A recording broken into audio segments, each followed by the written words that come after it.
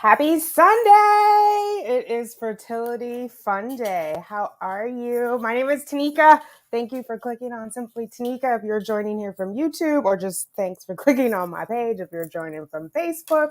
Hello, let me know who's here and where you are coming in from. I see Kitty with the virtual hugs. Hello, Kitty, coming in from Canada. Yes, good morning, good morning. So today we are going to talk about the maternal fetal maternal mortality rate for Black women. Hey, Chastity. Hey, Tanika TTC. We have a lot to get into. I've got a few headlines for us to cover.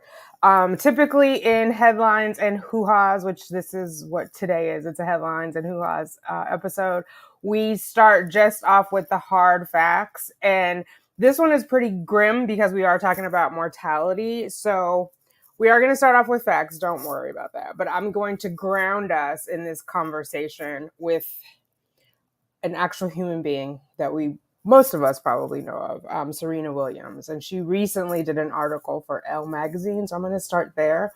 Then we'll go into some of the headlines and statistics. I don't want this to be bleak. The power is in our hands. So we're also going to go over ways for us to advocate for ourselves, what that looks like. And also, I'd like to hear from some of you ladies who've had experiences where you've definitely had to step in and advocate for yourself. So if you need to get your wig on, here's your warning. I will drop the link for you to hop on closer as we get to that point in the show. But just if you want to share just anything about your birthing experience and how it might have been better, or how you avoided something by being able to advocate for yourself. So, hey, Latundra. All right. So I'm going to just hop in. Like I said, we're going to start with Serena Williams. Fun fact, my donor, the celebrity lookalike for my donor is Serena Williams. So, all right. Can you guys see that on the screen? Can you guys hear me? Can you drop a 1 in the chat if you can hear me? Okay. And drop a 2 in the chat if you guys can see that. Okay, I'm gonna make myself a little smaller. How Serena Williams saved her own life. And this is published April 5th, 2022. So this year, Black women are nearly 3 times more likely to die after childbirth than white women. Serena Williams was almost one of them. Here, in her own words, she tells her story. And I think it's important because Serena Williams obviously has money, right? And I think sometimes what people will blame it on is like, oh, it's more Black women because there's more poor Black women, which is not true. We don't make up the majority of the lower socioeconomic status in the country. It is actually white people. I know it's shocking, but or it's like you don't have education, but all of that is a part of a larger system of inequality, right? It's sort of the prison to pipeline story from birth. We're designed to, or the system is designed for us to make less money overall, for us to have less wealth overall, for us to have less education overall. So obviously she has money, so that it's not a socioeconomic issue. And can we just give a shout out to the mama with the baby, with the body? Adi. Okay, Serena. All right, let's focus. Okay, so this is in her words, right? My body has belonged to tennis for so long. I gripped my first racket at age 3 and played my first pro game at 14. The sport has torn me up. I've rolled my ankles, busted my knees, played with a taped up Achilles heel, and quit mid-game from back spasms. I've suffered every injury imaginable, and I know my body. I forgot to mention, I'm drinking matcha it's a matcha latte with almond milk. Hopefully you guys have your drink. If not, make sure you get a drink. We don't want you thirsty, sis. All right. When I found out I was pregnant 2 days before the 2017 Australian Open, my body had already switched allegiances. Its purpose, as far as it was concerned, was to grow and nurture this baby that had seemingly materialized unplanned. Being pregnant wasn't something I could tell Alexis over the phone. That's her husband. I don't know if he still owns Reddit, but at the time that they met, I know he owned Reddit. I told him to fly out to Melbourne right away. When he got here, I handed him a paper bag filled with 6 positive pregnancy tests I had taken all in one afternoon. Speaking of Melbourne, hopefully we are on early enough. It's 12:41 Eastern Daylight Time that we can still get some of our people from down under, maybe some people from Australia, maybe some people from South Africa. Hopefully they're able to join right now. All right. Of course, being pregnant didn't mean I couldn't play tennis. I was scheduled to compete at 8 weeks along. I wasn't sure how the Open would go. During training, I was getting more fatigued between points each morning, and I'm not a morning person to begin with. I relate, sis. I was still determined to play fast and hard before the Melbourne heat socked me. I won 7 matches, all in straight sets. Since I've had my baby, the stakes of the game have shifted for me. I have 23 Grand Slams to my name, more than any other active player, but winning is now a desire and no longer a need. I have a beautiful daughter at home. Wait, let's just soak that in for a minute. Winning is now a desire and no longer a need. So motherhood is definitely taken over for her, right? Where the world would want to define her as this champion of tennis, which she is, but it's no longer a need. That's powerful. So I have a beautiful daughter at home. I still want the titles, the success, and the esteem, but it's not my reason for waking up in the morning. There is more to teach her about this game than winning. I've learned to dust myself off after defeat, to stand up for what matters at any cost, to call out for what's fair, even when it makes me unpopular. Giving birth to my baby, it turned out, was a test for how loud and how often I would have to call out before I was finally heard.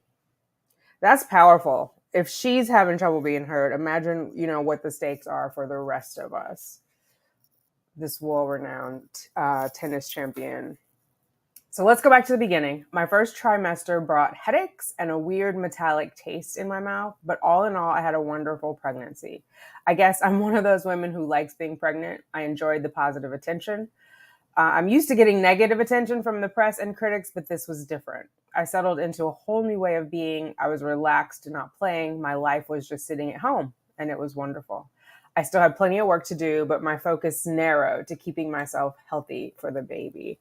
I think most of us can relate to that. Black, white, Mexican, indigenous, people of color, everybody, right? Wanting to focus on making a baby. Or baking a baby, just to be clear. It's not the sex part, it's the incubation part. Don't ask me why, but I was obsessed with having the baby in September. So I put off the doctors when they wanted to induce me in late August. I finally went in on August 31st, and they inserted a little pill inside of me to get things going.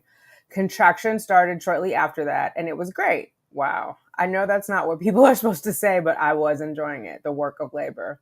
I was completely in the moment. I loved the cramps. I loved feeling my body trying to push the baby out. I wasn't on an epidural to get through it. I was using my breath and all the techniques I'd learned from birth training.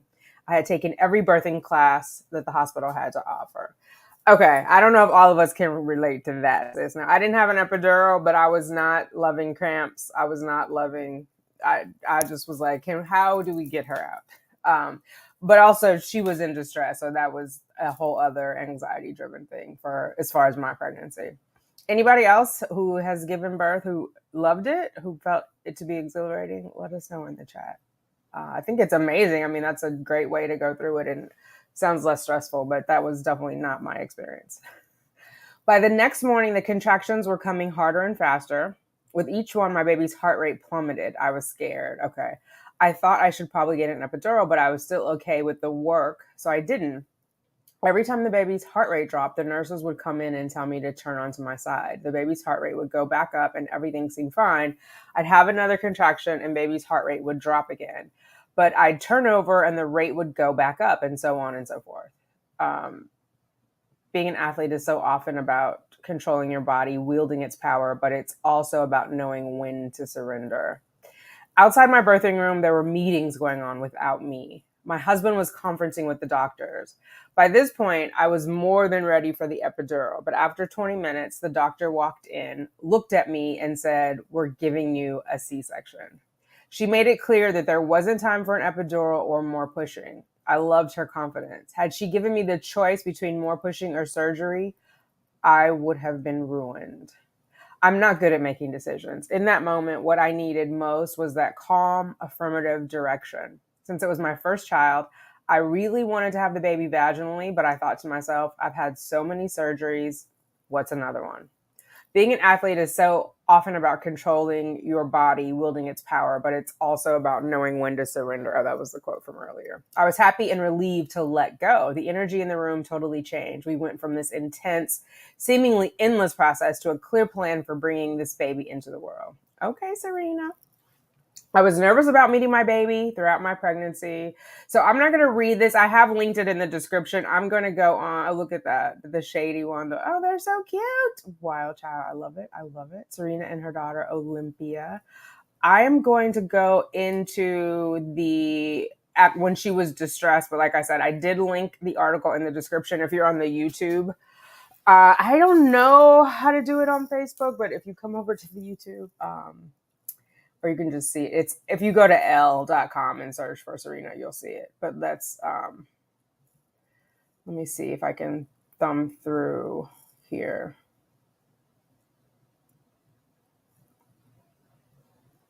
So after she's admiring her baby. So much of what happened after that is still a blur. I may have passed out a few times. In my haze, I wondered if I should ask someone about my drip. In 2010, I learned I had blood clots in my lungs. Clots that, had they not been caught in time, could have killed me. Ever since then, I've lived in fear of them returning. It wasn't a one-off. I'm at a high risk for blood clots. I asked a nurse, when do I start my heparin drip? Shouldn't I be on that now? The response was, well, we don't really know if that's what you need to be on right now. No one was really listening to what I was saying. I'm sure we've all felt this. The logic for not starting the blood thinners was that it could cause my C-section wound to bleed, which is true. Still, I felt it was important and kept pressing. All the while, I was in excruciating pain. I couldn't move at all, not my legs, not my back, nothing. I began to cough. The nurses warned me that coughing might burst my stitches, but I couldn't help it. I'm getting ready to say, like, if you have to cough, what is good as the nurse? I mean, are you going to give me something to help me stop coughing? Like, this is not helpful information, ma'am. In general, I don't think we cough, like, on purpose. I don't think anyway, don't get me started. The coughs became racking, full-body ordeals. Every time I coughed, sharp pain shot through my wound. They were trying to talk to me, and all I could think was, I'm dying. Oh my God. I couldn't breathe. I was coughing because I just couldn't get enough air. I grabbed a towel, rolled it up, and put it over my incision. Sure enough, I was hacking so hard that my stitches burst. Damn. I went into my first surgery after the C-section to get restitched. After that, I thought, well, now we're all set. Little did I realize that this would be the first of many surgeries. I wasn't coughing for nothing. I was coughing because I had an embolism, a clot in one of my arteries. The doctors would also discover a hematoma, a collection of blood outside the blood vessels in my abdomen. Then even more clots that had to be kept from traveling to my lungs. That's what the medical report says anyway. To me, it was just a fog of surgeries, one after another. My husband left to get food and shower back at the house. And this started a trend in which every time he'd try to leave, I'd wind up back in the operating room. I had to get a second surgery, and before he could get home, he had to come right back. When I woke up from that surgery in the hospital room with my parents and my in-laws, I felt like I was dying. They were trying to talk to me, and all I could think was, I'm dying. Oh my God. I really thought I would faint. I got up somehow and went into the other room because I didn't want my mom to worry. I didn't want her to hear me. She's the world's biggest worrier. In the other room, I spoke to the nurse. I told her I need to have a CAT scan of my lungs bilaterally, and then I need to be on my heparin drip. Okay, sis. Imagine that. I love this. You're in the hospital and you're directing the nurse. I need a CAT scan on my lungs bilaterally, and then I need to be on my heparin drip. Love it. I love the confidence. She said, I think all this medicine is making you talk crazy. Bitch. My words, not Serena's. I said, no, I'm telling you what I need. I need the scan immediately, and I need it to be done with dye. I guess I had the name of the dye wrong, and she told me I just needed to rest, but I persisted. I'm telling you, this is what I need. Finally, the nurse called my doctor, and she listened to me and insisted we check. I fought hard, and I ended up getting the CAT scan. I'm so grateful to her. Lo and behold, I had a blood clot in my lungs, and they needed to insert a filter into my veins to break up the clot before it reached my heart. Being heard and appropriately treated was the difference between life or death for me. That is powerful, ladies. So before we wrap this up, we're going to talk about how do we advocate for ourselves, because being heard and appropriately treated was the difference between life or death for her. It could be for us as well, right? So and I know it's difficult sometimes for us to have that conversation. And I say that as a woman who is just learning to open her throat chakra, to have that conversation in a productive way, right? You can't be yelling and hooping and hollering and expect for that to be well received. But of course, you're human and you have all these emotions. So how do we navigate through that conversation in a productive way? So surgery number 3, something I never knew. Athletes have bigger veins. I was under for a long time because I couldn't find a filter to fit in my veins. This filter that fits every other patient wouldn't fit me. Poor Alexis. He tried again to leave for a moment at home, but they found another blood clot. He was distraught, and the man needed a shower. But back to the hospital he went, and I went in for surgery number 4. Okay, side note, can he take a shower at the hospital, or is it the clothes situation? Because I think I would ask somebody for some scrubs and some soap and a towel. That's just me. You guys who work in hospitals, let me know in the chat. Are they allowed or not allowed to let spouses take showers?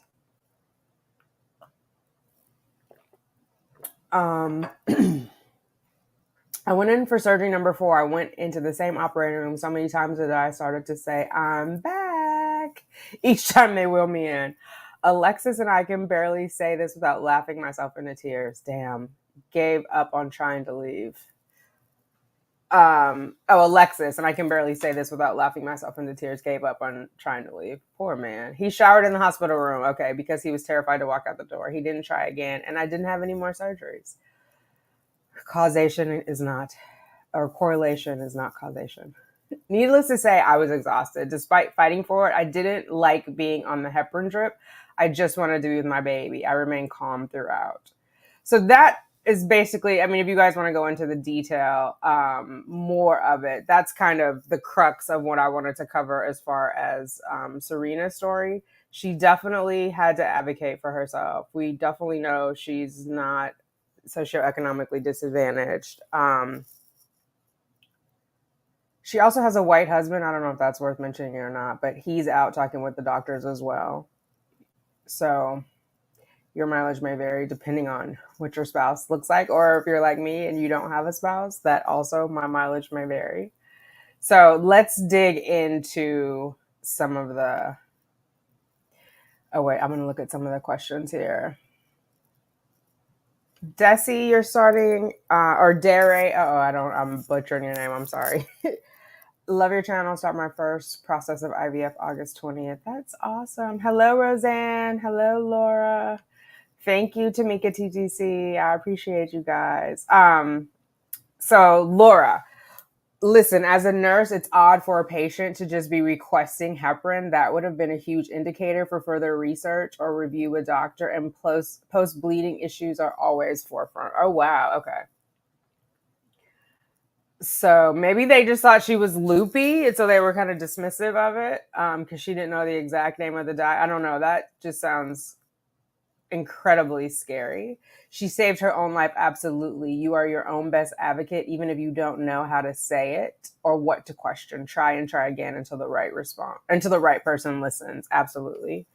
And then, yes, spouses can shower in patients' room. Okay, the only way they wouldn't is if they didn't have shower in the room. I think maybe he just wanted to go home and he was like in and out. Okay, so let's now get into the data. All of this is recent data. The first article I'm going to show you is December 6, 2021, and then everything else is from this year.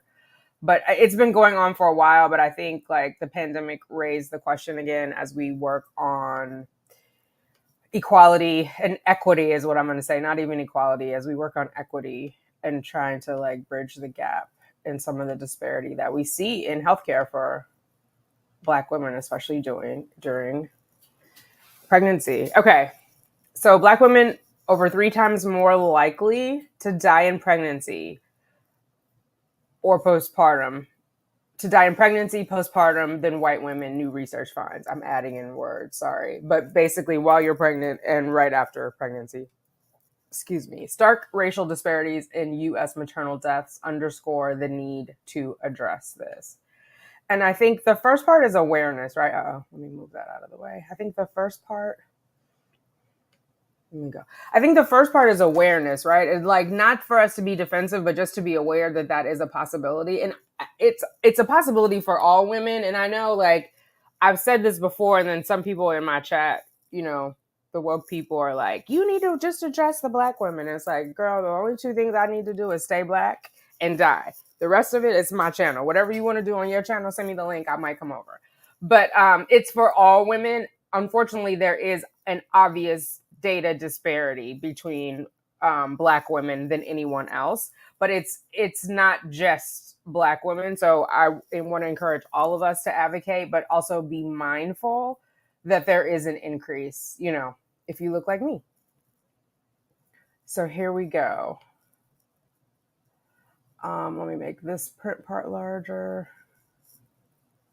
So in the United States, Black-white disparities in maternal mortality, deaths related to pregnancy or childbirth, may be larger than previously reported, new research shows. Closing the gap involves addressing structural racism, that is, those aspects of social, political, economic, and healthcare systems that reinforce inequity, researchers say. Because pregnancy is riskier to women's health than abortion, state initiatives to restrict abortion could lead to more deaths, particularly among Black women, new estimates suggest. Wow. And this was in December before they overturned the Roe versus Wade with the Dobbs v. Jackson. If you missed that, that was, we didn't do headlines and Hoo-hahs last week because I needed a break. It was 3 weeks ago that we covered the Dobbs v. Jackson and the overturning of Roe versus Wade, which happened this year. So when they wrote this wasn't even a factor yet. Black women 5 times more likely to die from pregnancy-related cardiomyopathy, blood pressure disorders than white women. By thoroughly re-examining death certificates from 2016 and 2017, researchers found that the maternal mortality rate among non-Hispanic Black women was 3.5 times than of non-Hispanic white women. This is a dramatic increase from previous analyses based on standard medical codes that found that Black women faced a maternal death rate 2.5 times that of white women. 2.5, so almost 3, according to this December 2021 article. Or according to the Marian McDormand of the Maryland Population Research Center at the University of Maryland, who led the study that is quoted in this 2021 article. The new analysis also revealed that these disparities were concentrated among a few causes of death: postpartum cardiomyopathy, a form of heart failure, and the blood pressure disorders, preeclampsia and eclampsia, were leading causes of maternal death for Black women, with mortality rates 5 times those of white women. Woo, 5 times. Wow. That's crazy. Pregnant and postpartum Black women were also more than 2 times more likely than white women to die of hemorrhage, severe bleeding, or embolism, blood vessel blockage. Yikes. In the researchers' analysis, embolism and eclampsia tied for the leading cause of maternal death across all racial and ethnic groups during pregnancy or within 6 weeks after pregnancy. See figure, we'll get down there. These were followed by postpartum cardiomyopathy, hemorrhage, and complications from obstetric surgeries such as cesarean sections. Among white and Hispanic women, causes of maternal death rank somewhat similarly. However, for Black women, eclampsia was the leading cause of maternal death, followed by postpartum cardiomyopathy, embolism, and hemorrhage. So white women and Hispanic women were about the same, and they separated. So when they're talking about Black women, they've excluded Black Hispanic women, right? They've grouped the Hispanic women all together. So that's an interesting... Yeah. Ectopic pregnancy, the 5th leading cause of maternal death for Black women. Wow, I didn't know that was not a leading cause for white or Hispanic women. I wonder what the underlying cause of that. Why are Black women more likely to have an ectopic pregnancy? And I do want to say ectopic is anything outside of the uterus. I know I hear in some of the, or I see in some of the chats, people always think it's in the tubes. That's not exactly right. Of course, if it is in your tubes, that is a type of ectopic pregnancy, but it's not the sole type of ectopic pregnancy. It's anywhere that it's outside of the uterus. I watched one. Did I watch it? Well, I watched Mama Dr. Jones react to like an I didn't know I was pregnant or something. Anyway, the baby implanted in her intestinal tract. So that's an ectopic. It was outside of the uterus and not in the tubes. So eclampsia is the leading cause of maternal death among Black women. Here's the statistics. So non-Hispanic Black. What is this? This darker navy is eclampsia. And it's interesting because I feel like a lot of the people that I follow on YouTube who recently had children, the Black women, have had preeclampsia. I wonder why we're more likely.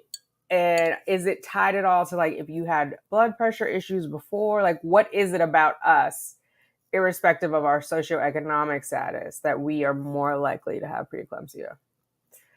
The study also found that late maternal deaths, those occurring between 6 weeks and 1 year postpartum, were 3.5 times more likely among Black women than white women.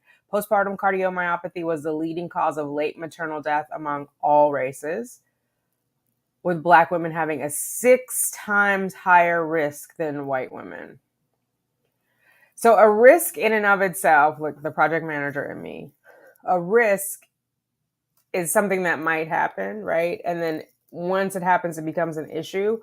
So this in and of itself is just saying that white women have less of a risk of this than Black women. Of course, the more your risk is, or the higher incidence of risk, the more likely it is to become an issue. So it's alarming. I'm interested in what the underlying reason is. I wonder if they're doing research on that. We'll see. So the prominence of cardiovascular conditions, eclampsia, preeclampsia, embolism, and cardiomyopathy among the leading causes of maternal death, particularly for Black women, highlights the importance of increased vigilance to improve early diagnosis and treatment of these complications. So I will say that is one thing about the fertility community. We know when we are pregnant, like straight away, and we are at the doctor, because some of us, myself included, start testing at 8 DPO. Or 3 days past 5-day transfer, depending on how you want to chop it up. But yeah, so you know right away. So that's one of the benefits, is you're going to get medical treatment sooner. The elevated risk of maternal mortality for Black women from multiple causes reflect the impact of structural racism on health and healthcare in the United States, argues study co-author Marie Thoma of the University of Maryland for the research. So this is going to go into equity. Again, these are all linked in the description if you're coming in from the Simply Tanika YouTube. All right, now we're going to go to Bloomberg. Hey, Sarah, how are you? Oh, wait, let's see. I want to see what Laura is saying here. I had an ectopic pregnancy, but not in my tubes, which is what I thought ectopic was. They considered it a pregnancy of unknown location. I had a D&C and my HCG still rose up to over 20,000. Oh my God. Yeah. Yeah, Laura. I'm just saying that because I just want, information is knowledge for everybody. And so I just want us to, when we talk about these things, understand what they mean. So ectopic is outside of the uterus. And a lot of people just are like, oh, it means it's in the tubes, and it can be somewhere else. Which is why if you've had that before, you're always like excited for that ultrasound where they do the placement and they're like, baby's in the uterus. And you're like, yes. Because how could you not carry that fear into the next pregnancy, I'm sorry that you had to have the D&C, and it sounds like it was a doozy. It's interesting that your HCG still rose, because I always thought it was like if you did the pill, what is it, the misoprostol? I know I'm butchering it, but you guys know what I'm saying. Because I had that and my HCG didn't drop right away, but to have the D&C, but I guess it's probably more difficult to locate all the, what do they call them, products of conception. I had to get a methotrexate shot before it finally gave it. And okay, so you did have the other shot and it miscarried. So the one I had was like misoprostol or miso. Let me look it up so I can stop making up words. I think it's protol.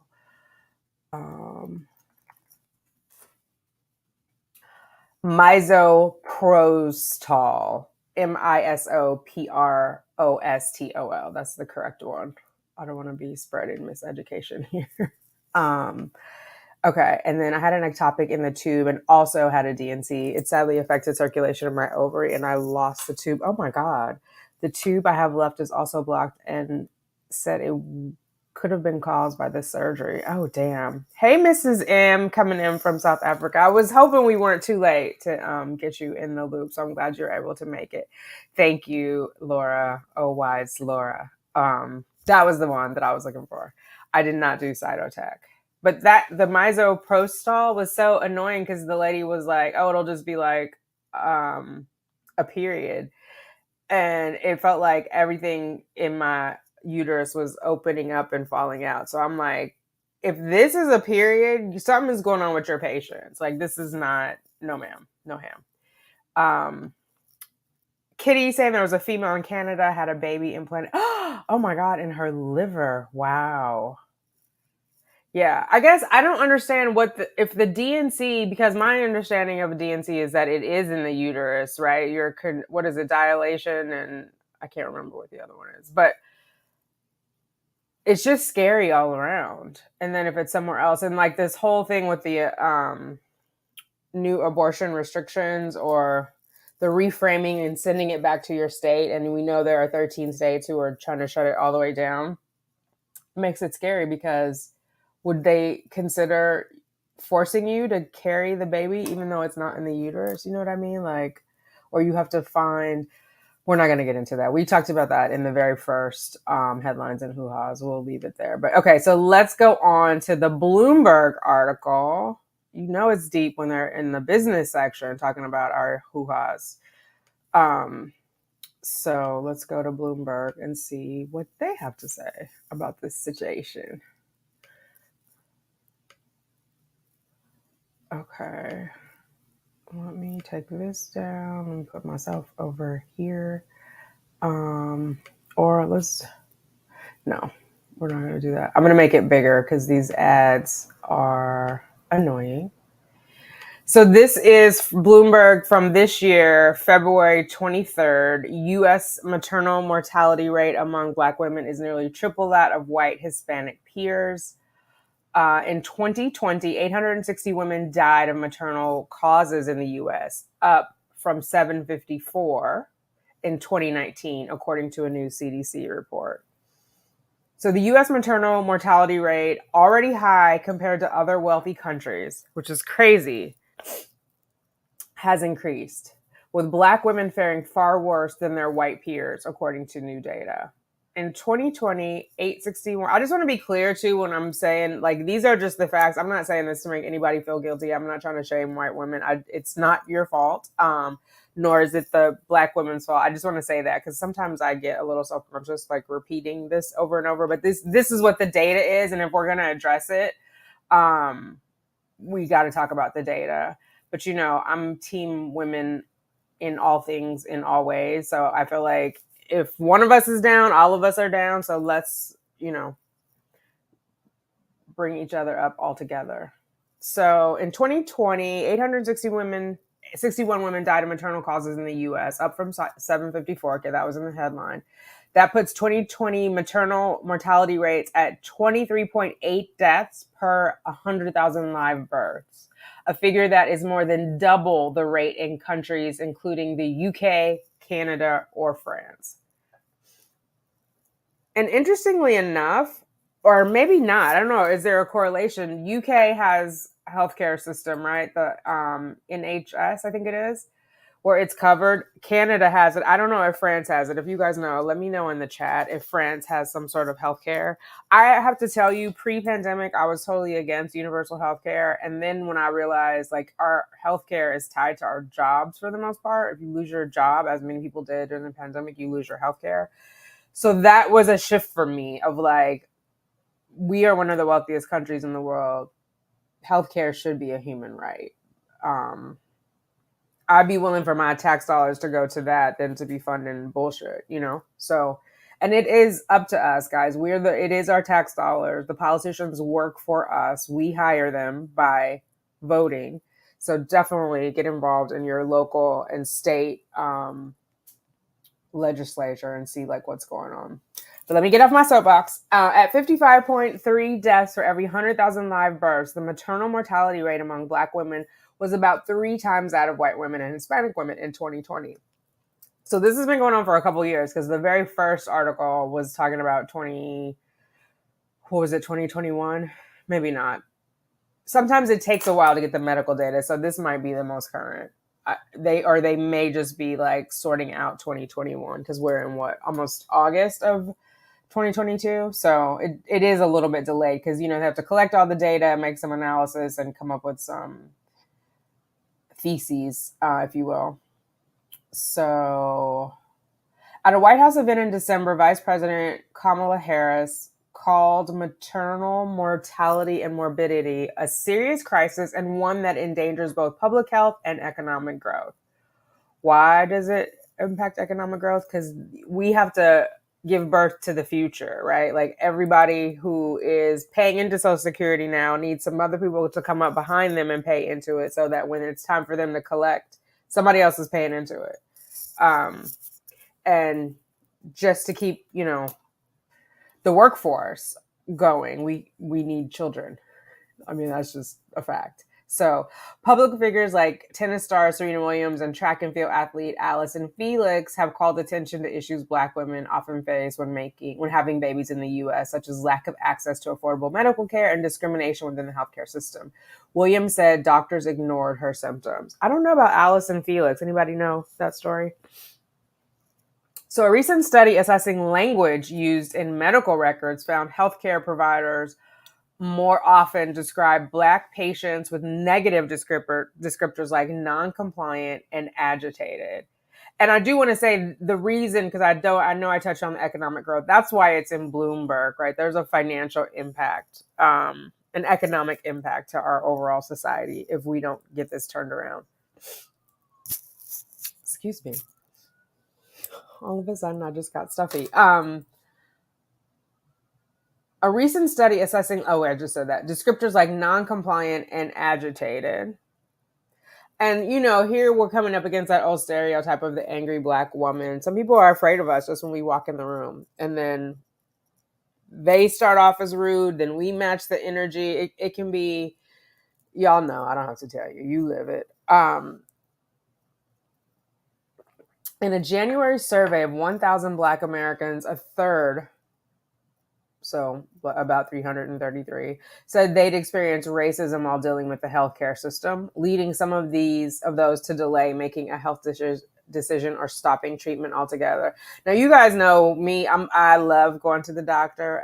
I might be a hypochondriac. I have no shame in going to the doctor and talking. I haven't had an experience where I felt like any of my healthcare providers wouldn't listen when I was firm. Like, I've had to repeat myself. It's not like first go. They're just like, oh yeah, I get it. I've had to repeat myself. Where I have found the most bias is in my therapist. I don't know if you guys have experienced that when you go to therapy, like they make some, like I remember one of the therapists was basically like, I'm going to make it colloquial, right? Was basically asking me, was I walking around the office nutting up on people?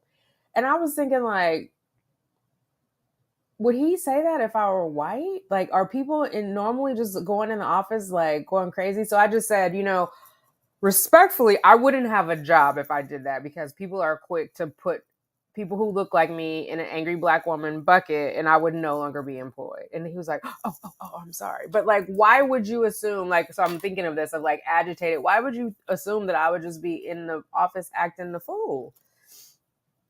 So when he was listening to me, but I don't know. I think sometimes in fertility, I have felt like the white male doctors have sort of brushed over stuff, but my primary doctors are Black. You guys know Dr. McConnell is Black, Dr. Thornton is Black. And I don't feel like they've ever sugarcoated or brushed, past anything I've said. I honestly feel like Dr. McConnell goes above and beyond, because I give her an earful and she listens. And so I love her for that. So think of the tenets of medicine in general. It's a very personal relationship. Amen, said Jessica Shepard, an obstetrician gynecologist and chief medical officer at Very Well Health, which conducted the survey. Sometimes when it becomes transactional or when there are instances of racism or issues in the relationship, it can taint it in a way where both parties may not feel part of it at all. And that then when we lose interest and therefore you have a change in the outcome of the actual healthcare condition. Oh, that's powerful. I hadn't even thought about that. So yeah, I mean, I felt this way, but I know I'm an anomaly. Like when the situation goes bad, I address it with the doctor, try to get it resolved. And then if it's still bad, I leave. Like I did feel like my very first RE, like she would not course correct after I like pointed out some things that I was not satisfied with. So anyway, once a medical provider loses a patient's trust, it decreases the chances that the patient will return, leaving fewer opportunities to identify potential health issues. And, you know, we're human. If we have one bad experience and we're like, well, nothing came of it as far as like a medical diagnosis, how likely are you to then do a search for another doctor? You know what I mean? Like it's a deterrent once you've already left one doctor. And I don't know about you guys. I don't know if it's like, maybe it's a New York thing. I feel like I had this in California. It's hard to find a doctor. And when you do find a doctor, it's hard to get on their schedule, like that first appointment.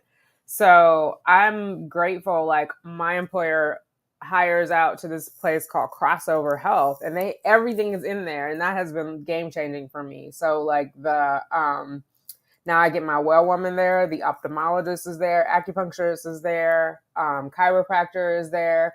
They have therapists. That's actually where I'm getting therapy now, which he's been my favorite so far. So it's like one-stop shop, so I don't have to wait months and months, and it's walking distance from the office. So like we are one of their clients. I know Facebook or Meta is because I see it on the wall. There's a bunch of technology companies, which technically I work for a media company, but we're owned by a technology company. Like Comcast views itself as a technology company. But yeah, it's hard to find like a doctor. And then you go through all of that. And if the first impression isn't good, like, do you stay and say, oh, I'll give it a shot? You know, let me give him a chance or her a chance. Or do you right away try to get in to see someone else? But then it's another 3 months. Like the American healthcare system leaves a lot wanting. Okay, so Representative Lauren Underwood in early 2020 introduced the Black Maternal Health Momnibus. Oh, I like that. Wait, I can't say it though. Momnibus? I know it's supposed to be like omnibus. Momnibus. After her friend Shalon Irving died from pregnancy-related complications 3 years earlier. Pieces of the legislative package, which proposes growing the perinatal workforce and establishing campaigns to boost vaccination rates among pregnant people. Okay, I'm not going to go into the vaccines because I know that is controversial. You do what you feel is right for yourself. So I'm going to skip over that. So that's sort of like the economic perspective coming in from Bloomberg. And again, this was February 23rd, 2022. I don't know why they're telling us it was at midnight, but it's there. Okay, and then this will be our last article for, that we're going to share, and then we'll talk a little bit, and then we'll go into, there are thankfully some articles on how we can better advocate for ourselves and hopefully have a good outcome. Because in this community, we are working so hard and so long to get these babies. We do not want to die during childbirth. Like we want to be here to raise these babies. This should not be an issue. And why isn't it an issue just for us? Like, how do we level that playing field? So, oh my God. Can you guys see that? Let me go back. Let me widen this out.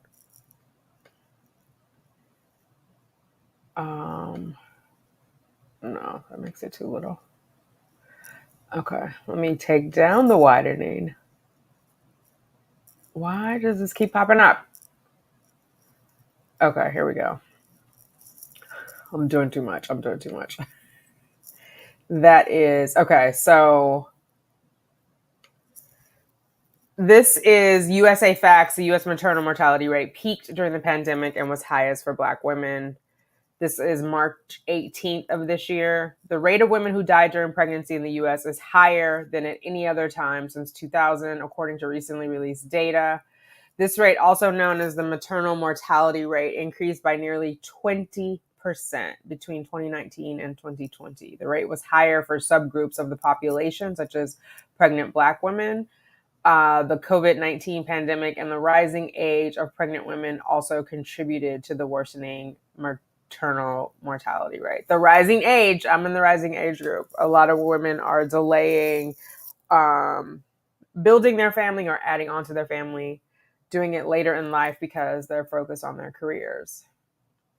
It's not a new problem in the US. The rate of women dying during pregnancy has steadily increased in the US over the last 2 decades. The WHO, World Health Organization, defines maternal mortality as the death of a woman while pregnant or within 42 days of the end of pregnancy, regardless of how long the pregnancy lasted or any cause related to the pregnancy. Accidental or incidental causes of death aren't part of the maternal mortality rate. So if they get in a car accident or fall off a ladder, those are not included in there is what they're saying.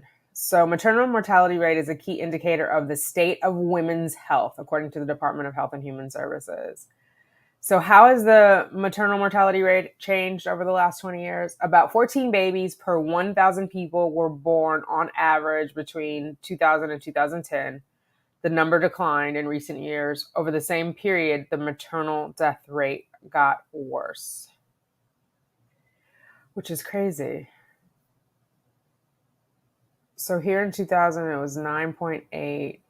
And here in 2020, 23.9 per 100,000 births. That is crazy. And then I wish they had the breakdown of what the subgroups were. The pandemic worsened the existing gap in maternal mortality rates for Black women. Black women consistently have the highest mortality rate in the U.S. In 2000, the Black maternal mortality rate was 22 deaths. Okay, we basically went through this. Here it is for non-Hispanic Black women. So every 100,000 births, 55.3 of women who look like me died.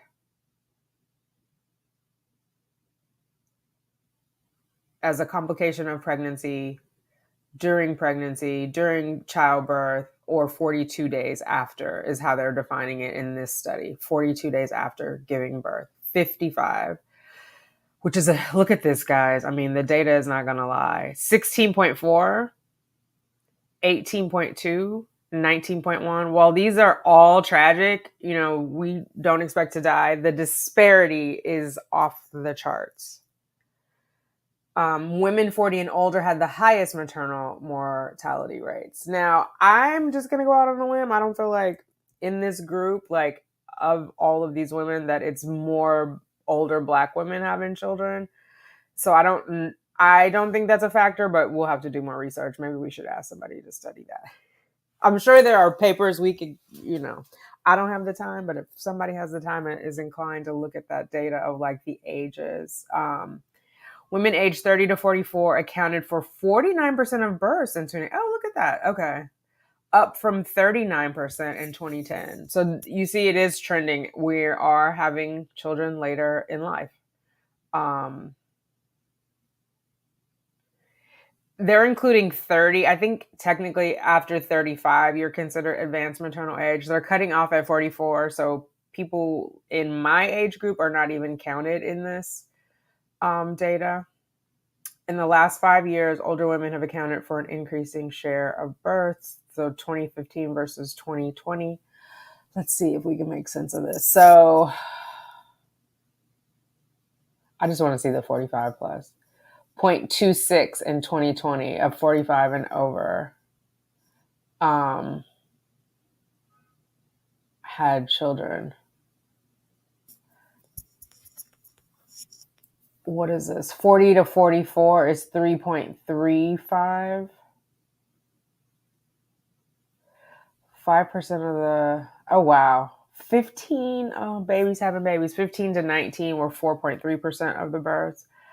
So just so everybody, the little gray is the 2015 time and the big pink is the 2020 time. So in this case, it's inside the circle for the women 45 and over. Can you guys see that? Like the gray is there and then the pink is there. It's not a huge difference.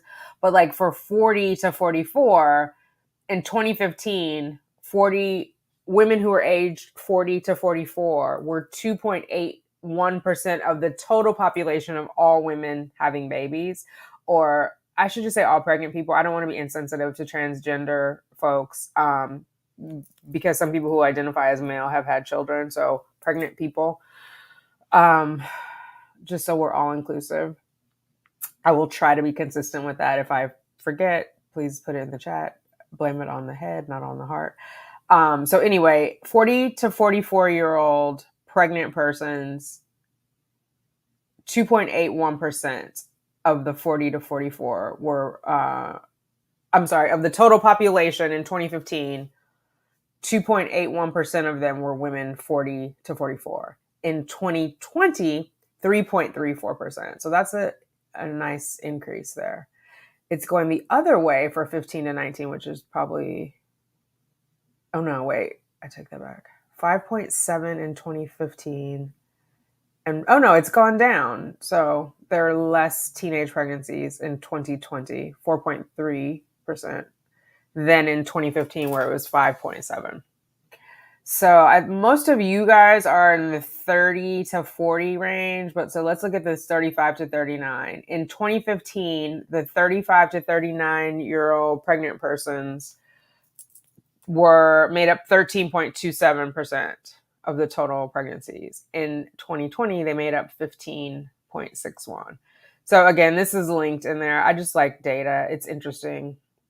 Maternal mortality rate rises as the age of the mother increases. This is not a total surprise to me, just because we are high risk, right? And the older you are, the higher the risk, no matter how healthy you are. So women 40 and older, 107.9. I don't know if that, I'm not reading this per 100,000 births, 107.9. Oh, this is the number of women who died. 107.9 out of every 100,000. And then age 25 to 39, it's 22.8 women out of every 100,000. And then under 25, it's 13. So that's a significant difference, right? From 39 to 40, it's a big difference. So the U.S. maternal mortality rate is one of the highest among developed countries. That is crazy. Okay, this is making me sad. We're going to stop. We're going to talk a little bit, and then we're going to get to what can we do? What can we do?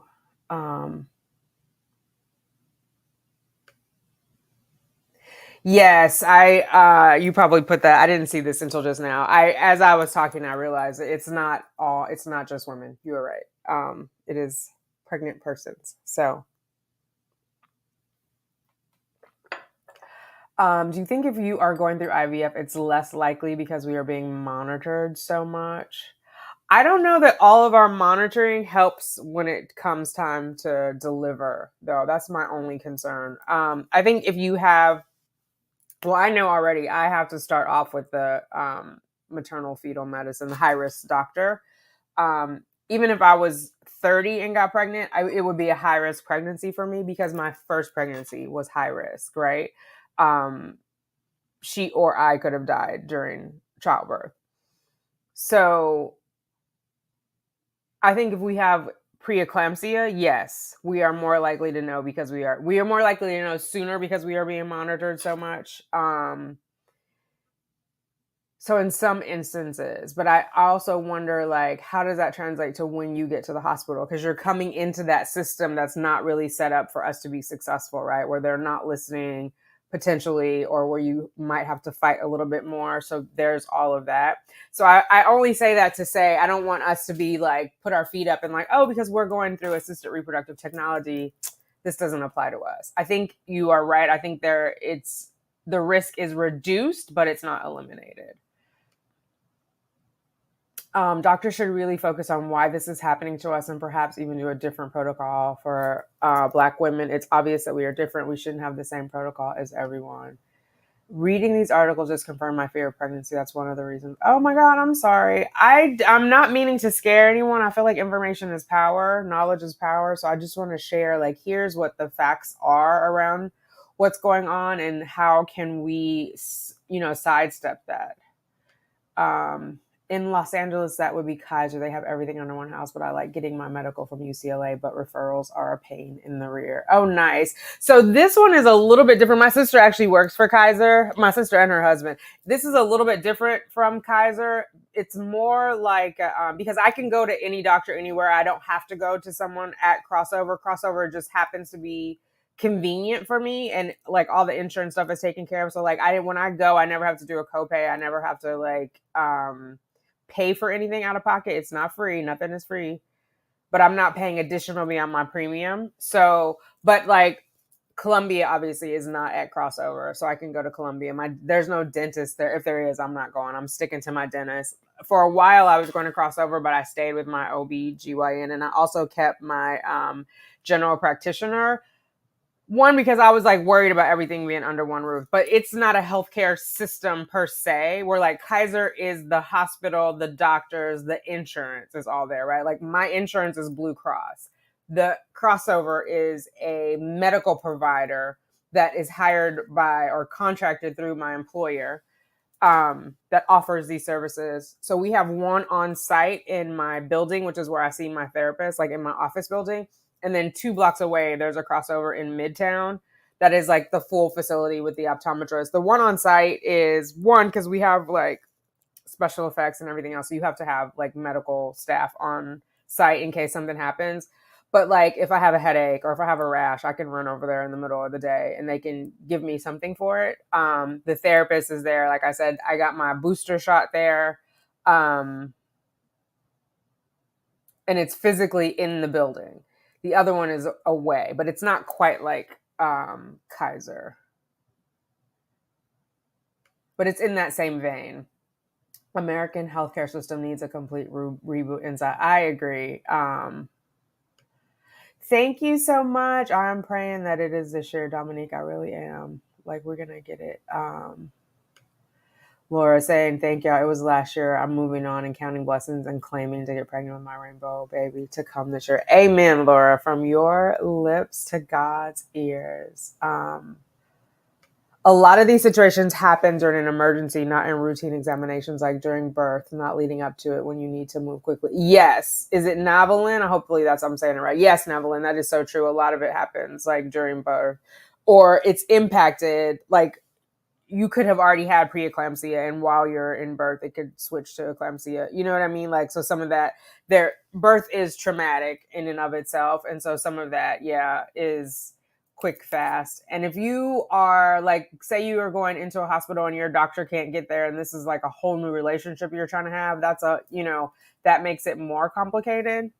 But I do want us to have a little bit of hope. So we are going to look at a couple of articles on some things that we can do. Obviously, you and I are not going to overturn the American healthcare system today. We may have the power to do it eventually.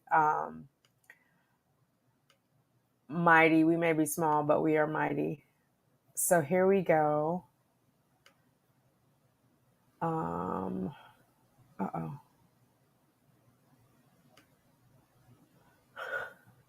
This is what I want to do. Oh my God. This is from Health Central. This is dated January 14th of this year. Let me take that down. I'm going to take myself out so we can see this better.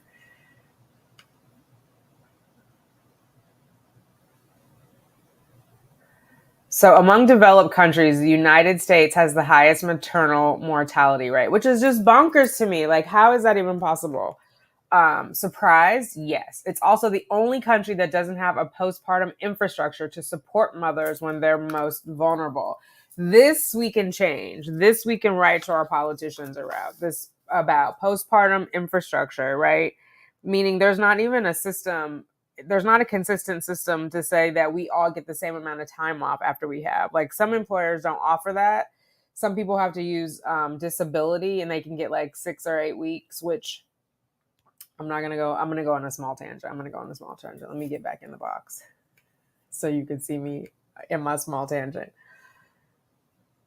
This has always annoyed me because there's like, if you're going through disability, you get more time off if you had a cesarean than if you had a vaginal birth, which in my mind becomes a HIPAA violation, because then everybody at work will know. Like, if we'll just say 8 weeks for a cesarean and 6 weeks for a vaginal. If you're back at work on the 7th week, everybody knows you had a vaginal birth. If you're back in the 9th week, they know you had a cesarean. Like, why are we doing that? And there is no mandate like that you get time off. Some women are back at work 48 hours after they give birth, right?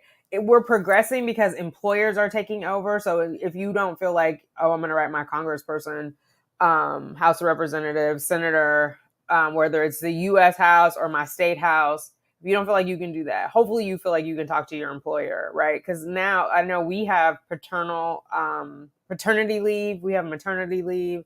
I believe we can take up to a year off. It might be 6 months. For sure, when I started 11 years ago, it was a year. It might be 6 months now. But there are some places where 48 hours later, you spit out your baby and you're back. It's like you're a prisoner, meaning, you know, women who have their children in prison get 48 hours and then they're back and the baby is gone. Like, and I'm not saying we should treat women in prison unfairly or poorly, but what I'm saying is there should be some sort of postpartum system in place for us. We shouldn't have to fight to be able to take care of our children, right? If the children are so valuable, even if you're like, I never care if I have a child, but as far as for the economy, for the state of the nation or whatever, you should want people to have children and you should be supporting them and having healthy children, right? Like, we don't need extra crazy kids shooting up schools. Like, how do we raise fully formed, functioning children so they can be fully formed, self-actualized adults? The system is not really set up for that right now. Okay, back to this article. Off my tangent. So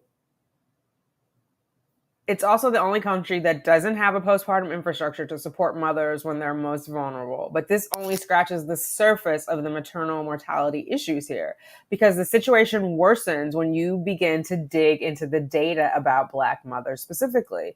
Black women sharing horrifying stories about their labor and delivery experience on a regular basis. Okay.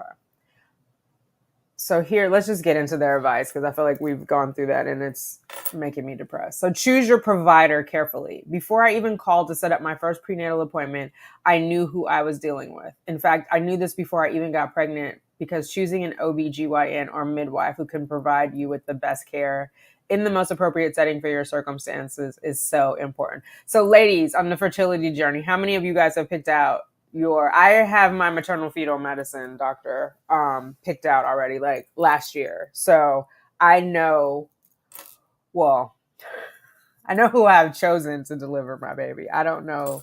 There's so many things out of my control, but you know what I'm saying. Like, have you chosen this person? I would definitely, like, have you interviewed with people? Do you have a good rapport? Like, what is your strategy around this? In some places, you may not have many choices for your healthcare providers. And depending on your socioeconomic status, you may have even fewer options, says Stacey D. Stewart, president and CEO of March of Dimes. 13.5% of women in the United States who are of childbearing age are living in poverty, and they represent a large population of the 15% of women in the United States who receive inadequate prenatal care. So this person has good health insurance, and she's in the Washington, D.C. metro. There are midwives. I also am going to have at least a doula. I might have a doula and a midwife. A lot of the midwife places closed here in New York, but I'm going to pick up that research again. So do your research. It's common for women of any race to experience something during their pregnancy that wasn't previously accounted for, but especially for Black women. So it's for all women, right? It's all women, but especially Black women. We have to do our research. This is because Black women are more likely to suffer from preeclampsia and diabetes during pregnancy, explains Vaughn Jones, MD, a board-certified physician providing obstetric and gynecological care to women at Total Women's Care in Houston, Texas. I don't know why that sounds like a gym to me, but Total Women's Care. Plus, they are also more likely not to seek care due to distrust in the healthcare system, resulting from a history of abuse and unethical procedures in the United States. Speak on it. I mean, the U.S. healthcare system has a long history of using us as guinea pigs, not just Black women, but Black people. That is without question. So there's that distrust there. In my case, I developed a condition called idiopathic intracranial hypertension, or IIH. Idiopathic means there's no medical reason, it's unknown. Like my sister's kidney failure was idiopathic. Everybody would be like, well, what happened? Why did it happen? It was idiopathic. They don't know. Right around the time I got pregnant, and she developed this IIH right around the time she got pregnant. Basically, I had too much fluid around my brain and it was putting pressure on my optic nerves. My pregnancy didn't cause my IIH, but it added a layer of complexity to my experience. So this is her experience. I'm not going to go into it because I do want to leave time for us to talk a little bit more. So create a birth plan. I didn't have a written birth plan because we found out around 34 weeks that my son was breech. I tried everything short of an external cephalic version. Cephalic? I'm not sure. To flip him and he wouldn't budge. Fun fact, I was a breech baby. My grandma used to say I was born ass backwards and been that way ever since. They broke my clavicle getting me out. So, which now makes me wonder, did I have shoulder dystocia? Or was it like because my butt wasn't like wide enough to bring, you know what I mean? Like the head comes out first, it's the biggest, and then everything kind of bloop out. But with the smaller end coming out, luckily I wasn't a footling breech because I hear those are crazy. Anyway, this is not about me. So the potential risk of the procedure included placental abruption, oh God, early labor, umbilical cord prolapse, and emergency C-section. We weren't keen on these risks, so we planned a C-section in advance, and that was it. I want to try for a vaginal delivery for our next kid, or for next child, so I've already begun thinking about what our birth plan might look like. So just some things to consider. We're not going to go through her whole, again, this is linked. Choose the right support people. The people you choose to support you throughout your labor and delivery experience are another way you can advocate for yourself. Sometimes laboring moms show up to the hospital with an unprepared partner. This puts them at a disadvantage because they may not be prepared to advocate for their partner should the need arise. I will say that was definitely the case with delivering Cheyenne. I couldn't even get my partner to get there the night that I went in because he wanted to finish his shift. He did not understand that she might die, or he was in denial, and that was his way to deal with it. It's okay if your partner doesn't understand the technical jargon of healthcare professionals. They may not necessarily understand the ins and outs of labor and delivery. Hint, there are classes for that. Yes, they are. I know my husband didn't. Healthcare is my jam, but he isn't as familiar with it. As a result, I really wish I had a doula for the birth of my son. I definitely want a doula. Might also want a midwife. We'll see. Where are the Black dermatologists? That's a different article, but I saw it over there. Okay. Now, our last one, and then we're going to go into conversations. And you guys, if anybody wants to come on the screen, I'm going to put the invite in there now. So you have it. It's in the comments, but go, lay your baby hairs down or whatever is important to you. Come as you are. We accept you as you are, but I know some people like to get ready. So there's your warning to get ready. And then we're going to go through this last article before we invite guests up to share their stories. Okay, Mother, which Mother Mag I never heard of until I was doing research for this. And now I'm like, okay, how do I get signed up? What Black women should know about their maternal health. And this is from April 11th of this year. Oh, wait, I'm not sharing it yet. Sorry, guys. Baby. Here we go. Okay, you guys see that, right? So let me make it a little bit bigger and this way. Yeah, okay, that's better. April 11th through 17 marks Black Maternal Health Week. Oh, I did not know that. I missed it. Let me take myself out so I can spread this whole thing over.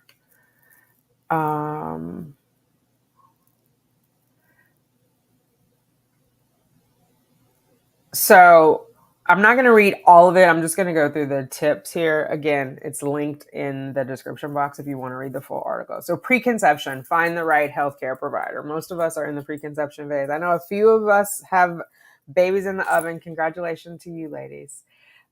Preconception, find the right healthcare provider. One of the best things you can do before you get pregnant, besides prenatal vitamins, is making sure you select a healthcare provider team you trust. It does not have to be one person, but different providers with different expertise. You want to have conversations with them, telling them your goals and desires for childbearing.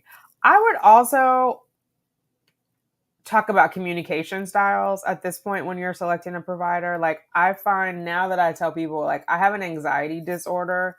That helps. Not all doctors. Some people still tell me shit I don't need to know, and then it makes me worry. But at least have a conversation about communication styles while you're selecting. I think that should be a factor in not only like your rapport and your expectations of them, but just like, how are we going to communicate? Because you need to do that when you're calm, right? When you're calm and nothing is at stake other than that conversation, because shit can get tricky real quick, right fast, right quick in a hurry. And that's not the time to be trying to figure out, like, how should we communicate with one another? So, with all of the talk about Black maternal mortality, I always encourage Black women to have at least have one Black provider on their team.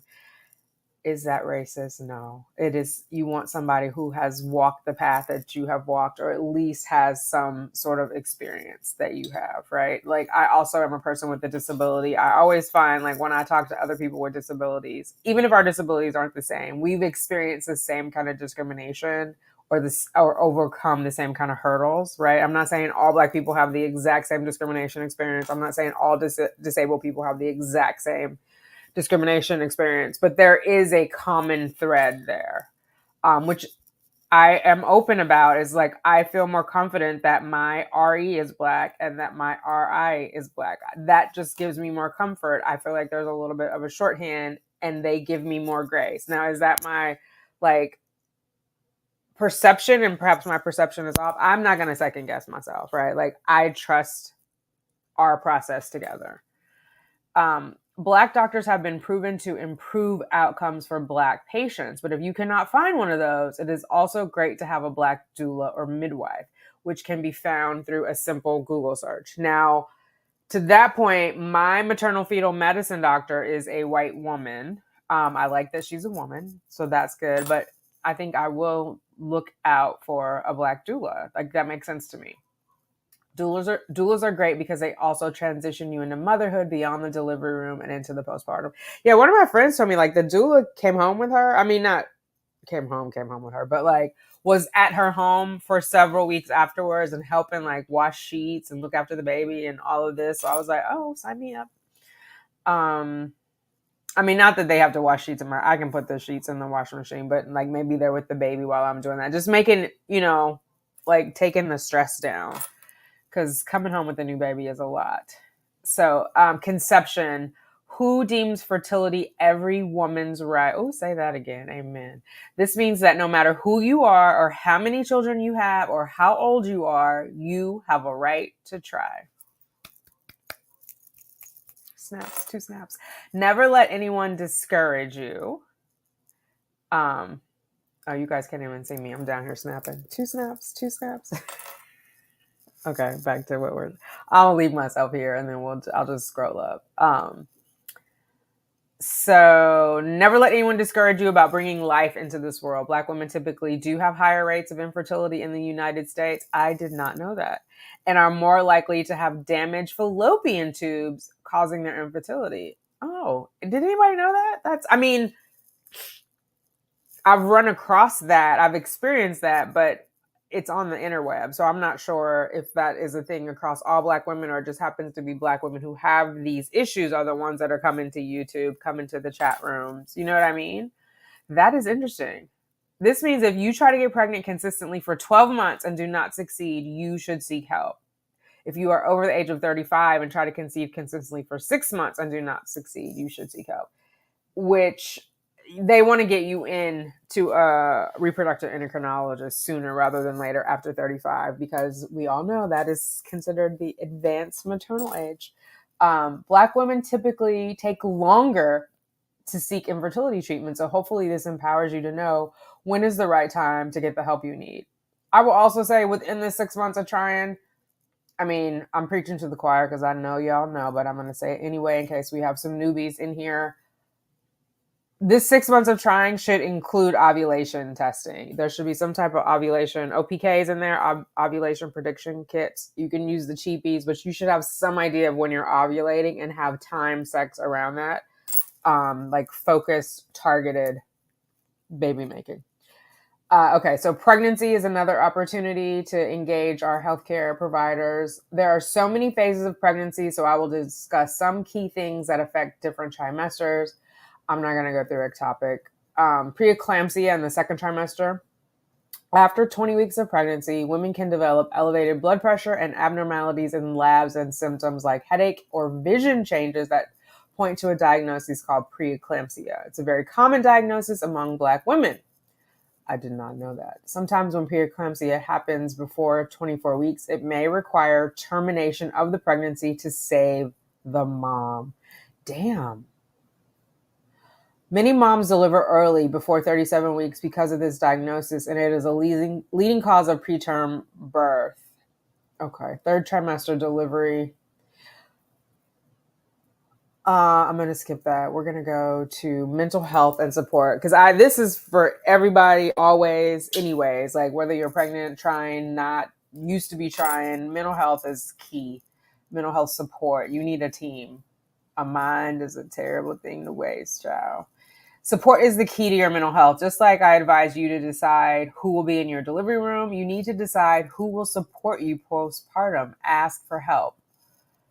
Lactation specialist extraordinaire Jabina Coleman coined the phrase, everybody wants to hold the baby, but who will hold the mother? Preach. That is the mindset you should use to build your support team. The people who will help you sleep and mind the baby when you need to run errands are the really supportive friends. It is not just about taking selfies with the newborn. It's about supporting your needs and concerns. A doula can also help with supporting you along with the lactation specialist. I'm going to have a rotation of specialists. I can tell you that right now. The more people you can strategically surround yourself, the better your mental health will be. Find community with other Black mothers. There's lots of ways to do this. I know there are a lot of single mom by choice groups. I don't know if there's single mom by choice, like Black single mom by choice. I'm going to look into it. I might have to start one. If you're pregnant or not, advocate for yourself. Yes, ladies. Yes. Stay ready so you don't have to get ready. Who said that? Sugar free. If you stay ready, you don't have to get ready. I know that's not what they're talking about, but it's okay. Call for backup. Switch. If you do not like how a provider is treating you, switch to someone else. I cannot emphasize that enough. This is your body and your health. Don't settle.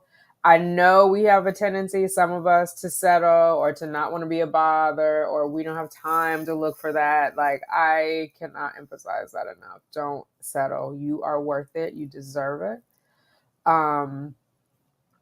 I skipped this one. Call for backup. If you're feeling sick, bring someone with you who can advocate for you if you are too weak, or even if you just can't speak up. Sometimes you need a rider in there, somebody who's going to who bang. Good cop, bad cop, however you want to phrase it. Sometimes you need backup. Call for backup. And this had to be especially challenging during COVID, where they weren't, like during the prime of COVID, right? When they weren't letting a second person in. Like, oh my God, I can't even imagine. So hopefully that makes it a little less daunting now that we have talked about what the facts are. We understand what the realities are. Hopefully that just gives us more reason to feel empowered and advocate for ourselves, right? It's like you could literally be fighting for your life. So go in with all the information, sis. Go in with all the chutzpah and just and lay it down. Okay, I'm going to get to some of these questions. I already dropped the link. I'm going to drop it again in case anybody wants to come up and share their story. We're going to keep it on topic for whoever wants to come up. So if you want to share a story about childbirth or about a provider or how you advocated for yourself, something on topic for headlines and hoo-hahs today. As we talk through, oh my God, it's a lot of in the chat. Give me 1 second. I got to catch up.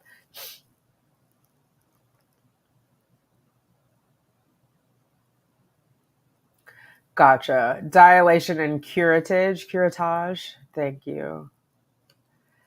Thank you, Tanika TTC, the DNC. So Laura, you're saying your uterus was cleaned out by the DNC, but the pregnancy was ectopic and deemed unknown location, but not in uterus or tube. So misoprostol wouldn't have helped empty anything out of the uterus. Okay, gotcha. Because there was nothing in there to empty. Mrs. M, after missing the previous lab, I promised myself that I would set my alarm for 1 a.m. in the morning. Oh my God, because I'm not missing another one. That's dedication, sis. I appreciate you. That reminds me to remind you all, if you're enjoying this, if you've stuck around, if you've come in, please give it a thumbs up. I appreciate you. Just give it a little like. It helps me. It helps others. It helps us build a community. So yes, if you don't mind. Crazy how it kept growing and getting my HCG over 20,000 wherever it was. But thank goodness the methotrexate shot finally stopped it. It took 4 months. Oh my God, to get your HCG zero. I am so sorry. Oh my God. And it's the worst. I don't know anybody who's ever been through a miscarriage or a medically induced miscarriage, which is an abortion, but a regular miscarriage is an abortion. But you have to keep going in for your HCG checks, which is annoying, to make sure that it's dropping. Because they just want to make sure that there's no remaining pregnancy, even though it's not a viable pregnancy. So it's just torture. It's like the opposite of everything of like when we're taking pregnancy tests and waiting for the line to get darker, or when you're in your first trimester and you're waiting for the HCG, you go in hoping it's rising and then to have to do the reverse. I think that was what was most devastating to me. I remember I did a video like HCG levels not rising appropriately. And I think everybody who had a miscarriage understood what that title meant. And other people were like, well, just keep praying. And it was just like, oh my God, prayer's not going to help. It's dropped. Something's wrong. It's dropped. So, yeah, sorry, I'm distracted. I looked down at myself. I'm sorry, Laura. I'm like, that is just the worst. So healthcare is covered in Canada and some things are not covered. Okay, Kitty. Dominique is sending sympathy to Laura. Hey, Dominique. It was crazy, Laura says, but I thank God I had doctors and staff that listened to me. Oh, good. And full access to prenatal care and medical facilities. It was hard enough. Couldn't imagine if I was having a fight. Yes. Oh my God. And thank God you knew about it. Imagine like a surprise pregnancy you don't know about. It's not in the uterus. And then all these, girl. Oh my God. It's a horrible thing either way, but you are right. Like there's definitely, it could have been worse, and thank God it was not worse for you. So yeah. I barely made it emotionally, and mine happened so fast. The 1 minute I was the happiest woman in the world, and the next my baby was gone. I'm so sorry for your experience. Oh, and she's giving you claps. Yeah, I'm sorry too. When I first joined the community, there was someone who was pregnant, and she was like 5 or 6 months, and then she had a loss, and then she disappeared. She went to like Hawaii, and she came back. I don't know if I would have come back. Like I just don't know. The women who have to give birth to what they call sleeping babies, right? The baby is not viable. I don't know. I don't know how you guys do it. Like, that is like strength and just, oh my God. Yeah. The loss is always crazy. Or if that stats were against me from jump. Okay. If I was and the statistics don't have to be against anyone, right? If we address like what perceptions are, like racism can be so deep aside from, oh, you're being mean to me, which sometimes I feel like people are like, oh, just, get a tougher skin. when my life is at risk because of the color of my skin, I'm gonna talk about it. Like, why is that? You know what I mean? What makes me less valuable based on the wrapper that I'm in? So yeah, a lot of these situations happened during. Oh, we did that one. Counting my blessings. Yes, we went through that. Okay. It must have jumped back. I don't know how. I'm in StreamYard doing this, and sometimes like the chat does wonky things. Took me 4 doctors to find an endometriosis specialist. Oh wow, Kitty, meaning you went through 4 endometriosis specialists before you found the right one, or you had to go through 4 other doctors to get a reference for the right one. Either way, that's crazy. Like 4, how damn. Like, we just have a lot of time. American healthcare system needs a yes. We did that one. Okay, I'm way up here. Let me see.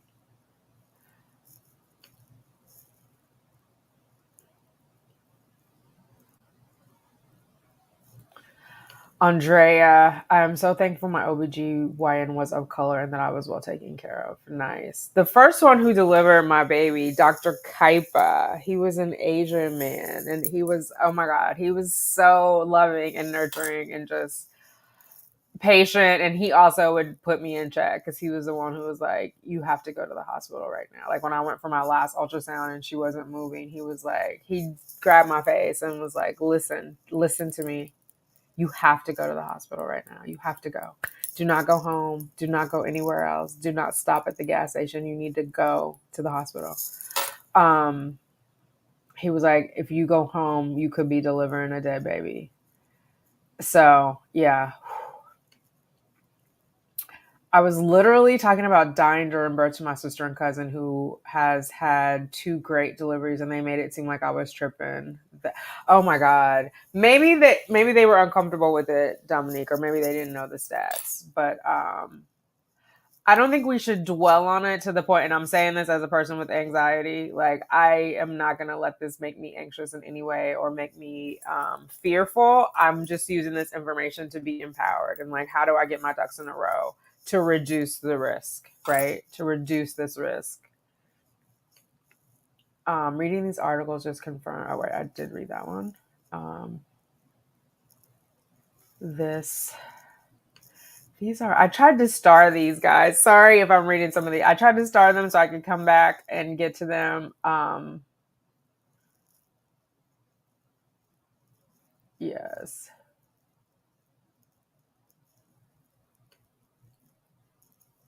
When you see a discrepancy in stats this high, the medical field should absolutely recognize and respond accordingly. I agree, Laura. I think it's just the part of it is institutional. So it's not a thing of like, I'm a process person. You can go in and see like something is not working right, and you just kind of like reconfigure the process, meaning how people are doing X, Y, and Z.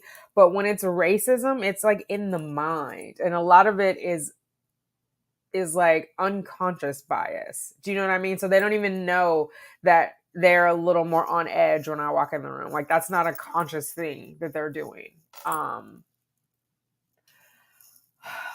We gotta tackle the racism part of it. But also, I was thinking about this too. There's so much of America like that still comes in from like the UK as far as like having the monarchy and having status and class. Like, we really shouldn't have that in America. We are purporting to not want to have it, but we do have it. And so in order for somebody to be on top, somebody has to be on bottom, right? Not in the bedroom, girls. Get your mind out of the gutter. But so part of it is when I walk in a room, part of your mind may want to put me on bottom, right? May want to make me the lesser of the 2 of us or of whoever else is in the room. And so that, yeah, how do we do? I feel like we have to talk about it. We've got to talk about it and then go from there, because I don't think it's intentional, some of it. Well, I don't think people are intentionally carrying it forward. Do I think the institutional racism is intentional? Absolutely. But I don't think people realize like that you're carrying it forward, or that it's influences you. Just like, I'm going to make it like the most obvious one. It is totally racist. I am not justifying it. I'm just saying it like to make it make my point more poignant. After 9/11, when the towers came down, I had friends who were uncomfortable riding on airplanes with people who were wearing turbans. Like, they just had that bias in there. Even though there are different reasons, different religions who are wearing turbans, I had friends who were not comfortable. So that was a bias that they were carrying, and they were triggered by it. And so in the same way, in a less overt way, because in America we, go through this education system where Black people are substandard, it's just there. Like, no matter how liberal you are, it's just there. If it's a Black woman's PCP, general family docs, diagnoses her with any of the big three family diagnoses, hypertension, diabetes, elevated cholesterol, then they should automatically discuss. Oh, I agree. I like that. And this is what I was wondering, Laura, and you're in healthcare. Maybe you've seen a pattern. I'm not asking you to be like the official data person, but did these women already have hypertension going into pregnancy, or was it at pregnancy related? Because and I'm asking specifically, I don't have hypertension, I don't have diabetes, I don't have elevated cholesterol, right? Am I still at higher risk for preeclampsia going into pregnancy? Or I should say, is one, I'm already a high risk, I'm going to be a high risk pregnancy no matter what, but is one, without these conditions prior to pregnancy, are you more likely to have it? Or is it overall Black women have higher rates of hypertension than anyone else, and so it's an additional problem going into pregnancy? Because if that's the case, it feels like, okay, as soon as you're diagnosed, as soon as you've conceived, there should be some sort of plan, there should be a conversation around it. And then dealing with, what is your diet during pregnancy? What does that look like? How those issues affect fertility, pregnancy, and the birthing process, and also refer them to a GYN and follow up with them later. Yeah, these issues that come during birth can be better help. Yeah, it shouldn't be like the day of birth or a week before or whatever that people are talking about that with people who are at higher risk, that healthcare providers are talking about it with people with pregnant persons who are at higher risk. This should be an ongoing conversation. I've already met with my MFM doc too. Wasn't even pregnant. Yes, I wanted a face-to-face with her to see how what she recommended me for getting pregnant at a high risk. She was very nice. Yeah, same, Laura. I had the same experience, and I was so grateful. It just made me feel good, and it was just okay, we vibed. I chose the doctor who did my surgery last year to deliver my baby. I will need a C-section again. Oh, wow. Okay. So you're going to have the same doctor. And C-section all by itself has additional risk, right? So I think reducing that, having the same doctor helps reduce that. If for no other reason you feel more comfortable and you guys have a relationship and you hopefully have a good communication system set up. Navalin, there is hope. The Blue Cross Blue Shield Association and companies have set a goal to reduce racial disparities in maternal health by 50% in 5 years. This is being talked about more now. Oh, I am glad to hear that. And what are they doing to address it, I guess? Yeah, that's good. Maybe if all the insurance companies kind of band together or hold the hospitals accountable, the sad part is there's no money in it, really, right? There's no money in saving Black women. So are people going to put money into it? Are we seen as valuable enough to save our lives? The only thing I don't like is MFM only helps while pregnant. The only doctor that matters during birth is the OB doctor that is actually there at my hospital while I'm in labor. MFM doesn't come right. Yeah, I have to find an OB and I've got to find a doula. I don't know. Because even I thought my old OBGYN before I moved everything to crossover was going to deliver. And then she was like, no, I would find someone. She was like, I don't go into the hospital anymore. So that would be a thing. So if anybody is in New York and knows a good Black doctor that delivers babies, let me know. Or a doula, let me know. Mrs. M, I've chosen mine already based on all the knowledge required from research on your channel. Oh, I saw they don't like when you know your story, they get offended, but keep quiet because you paying. Oh my God. Listen, with my money comes my mouth. With my money comes my mouth. You taking my money, you gonna take this mouth. I have things to say. So yes. I'm glad to hear you guys have chosen them. I think that's powerful. And if you haven't and are looking, I need tips. Because I'm gonna start looking. That is why I had a doula, despite knowing I was having a scheduled cesarean. We went over my birth plan and was there to advocate. Absolutely, Tanika TTC. Like, I think it's important, because the doula is there for mama, and mama needs somebody. You know, I would love a doula. None in your area? Oh man. What about midwives? It's interesting because I see more doulas than I see midwives, and I was wondering if the midwife thing was because of the pandemic and like people weren't allowed in there, or what that situation was. I wouldn't mind having both, but you guys know, my whole like dream delivery was going to be a midwife, a pool in my living room. That is not happening, but I would not mind having having a doula and a midwife. Tanika TTC says, Mrs. M, most physicians don't like educated patients. Ain't that the truth? And I'm never like to the point where I'm trying to overthink my doctor or outthink my doctor, but I do have questions. And so I want my questions like addressed in a serious manner and not like dismissive. I remember I went to one doctor, was it my old OB? I can't even remember, who kind of poo-pooed like charting, doing the temperature check. Now, mind you, I wasn't trying to get pregnant from doing charting. I was trying to understand my body. And so I wanted to know what my luteal phase was. And then I was able to detect that it was short, because the luteal phase is after you ovulate. It's basically when everything is cooking, right? When is progesterone coming out after the egg has left the follicle, and how long is that cooking period when the progesterone before mine was too short. And so I would not have known that had I not done like the basal body temperature. But I remember this one doctor was like, oh, that's the olden days. Why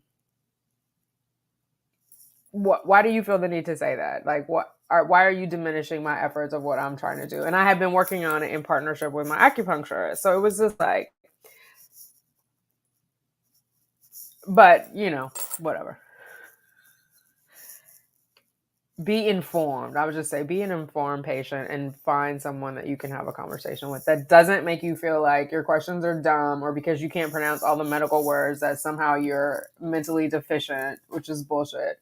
There are people who come over here from other countries speaking another language, have multiple degrees, and because they can't conjugate a verb in English, they're not as smart. Like, that's bullshit. So most physicians like to work their typical protocols with certain patients, and any deviation from that has already been disproven in their mind. So frustrating. Yeah, exactly. This OS, especially true with REs, they're very protective of their process and protocols. They don't like and don't want any additional input. Yikes. I have found that Dr. McConnell has been, like, when I wanted the Valium, when I asked for it, when I finally stopped being scared and started using my throat chakra and asking for what I wanted, she was like, oh my God, sure. I'm trying to think. I think in my first RE, when I was doing IUI, I didn't know enough to ask about like switching up my protocol. Or even what a proper protocol should be. Like, we weren't doing cycle day 3 ultrasounds, and I didn't have enough information to know that that was not right, you know, or not that it was not right. It was very much baby factory, and it was not going to be the most productive for me to get pregnant. Let me say it like that. I'm not saying it's wrong. It wasn't the best way. It wasn't a best practice. So yeah. Or they placate you by saying, I understand why you would feel that way, or why you feel that study or article might refer to you, but let's do what I know works with other patients with your concerns. Oh my God. Yeah. Or I've seen some women where the doctors like haven't explained it at all, and like, we're just going to do this protocol. And then the women are left to like come to different chats or to Reddit or somewhere else and try to figure it out with people who are not their doctors, trying to figure out why their doctor might have given them the protocol. For the amount of money we pay for fertility treatments, is it too much? No, it's not. I'm not even going to ask the questions. I'm going to state it as a fact. It is not too much to ask the doctor to explain why they are doing what the fuck they are doing. Earn your money. Why are you doing this? Like, how does that impact blah, blah, blah. But I also think it's incumbent upon us to know more about our bodies. The more you even understand like how your reproductive system works, then when they add a layer onto that, it makes it easier to understand. Like when you understand in the beginning how your body is revving up to help you help your follicles grow, right? And the FSH is rising. And understanding all of that gives you kind of a baseline. But even if you don't have that baseline, tell the doctor to explain it to you like you're a 5-year-old. Like just make it make sense. You should not be made to feel like you can't ask questions or it's a dumb question. Like, it was my check dumb when you cashed it, sir?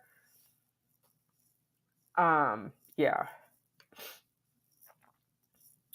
Can I get individualized care? Pretend I'm your one person study prized patient and use all your knowledge and tools to come at me fresh and with an open mind and as if I were part of your family. I know that's right, Laura.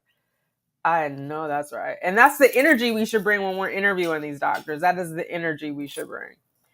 Mrs. M, I learned that she's talking to Tanika TTC. I learned that the hard way, but after my loss, I am not willing to compromise. And ladies, if you guys haven't subscribed to Tanika TTC, definitely subscribe.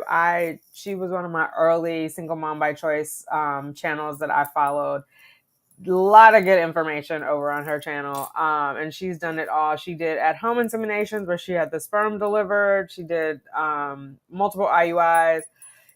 What is the acupuncture you did too? It had something electric in it, Tanika TTC. But acupuncture, chiropractor, she's the one who got me going to the chiropractor. My life has not been the same since. So definitely check out her channel.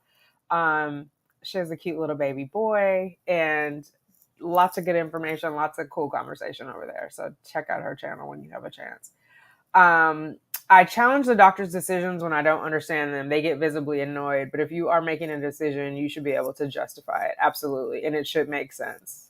You should be able to explain it and answer questions about it. Because what is that? There's an expression. I can't think of it. But when you really know something, you're able to teach it to someone else. Now, I'm not asking them to teach me how to be a reproductive endocrinologist, but I'm asking you to make it make sense for me. Like, I should be able to understand. It's my body. Like, how can I give consent if I don't understand what you're doing? Right? This is not the 40s where you just get to do whatever you want to with women's bodies. I'm meant to consent. I can't consent if I don't know what you're doing. And justify why by you don't want to try what I'm suggesting. Why you don't want to try what I'm suggesting. Yeah. Also, healthcare and medical management is so much better when both the doctor and patient understand the protocol and the reason why behind the decision to do it. Exactly. I'm more motivated to follow a protocol I understand, right? Like why it has to be taken at a certain time or why it's beneficial to take something with food because this is going to, whatever it is, I'm more likely to be compliant if I understand. So when they talk about Black women are less compliant, maybe they didn't understand. Maybe they didn't understand because you didn't explain it to them, like why that was important, you know?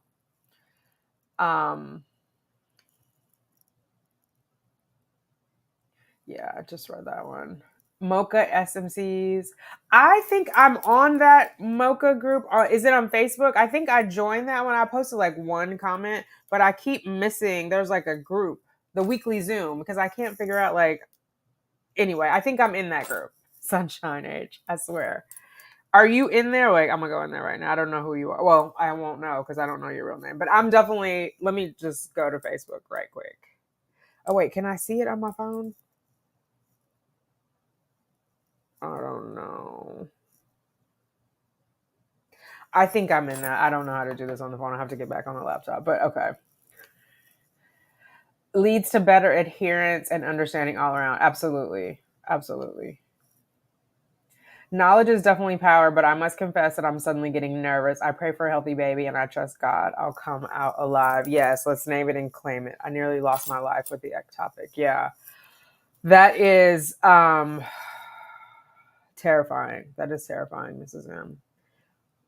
But hopefully you have doctors that you feel like will advocate for you and you feel comfortable enough to speak up. And everybody is on top of it. So I finally found a Black primary doctor, but I had but having a hard time finding a Black OBGYN. Is that something like if we go on, what is that .com where you can find the doctor? I wonder if you can search by race on there. It's not Zoom. What is that thing called? You guys know the chat is always wise. What is the where you go online and search for a doctor? I don't know if that's one of the parameters, but yeah. Faith, prayer, but faith without works. Do your part, educate yourself and your support, and make sure they are prepared to advocate for you when you can. Absolutely. Hey, Storm. Good to see you again. I have to admit, going through the TTC isn't easy, and moving forward to a transfer is exciting, but I have to be honest, as a Black woman, it's hard for me to shake the fears of childbirth. It's natural, Storm. It is natural. I think the point that I want to make with today's headlines and hoo-hahs is advocate for yourself, be informed, advocate for yourself, be a contributor to the process, right? It should be a collaboration with you and the medical team. And the rest is, it's up to God. It really is. The first specialist couldn't help. He doesn't do bowel surgery. The second didn't want to help. The third doctor didn't want surgery. The fourth wanted to help me, and I had surgery April 7th, 2021. Oh my God. Okay. Wow.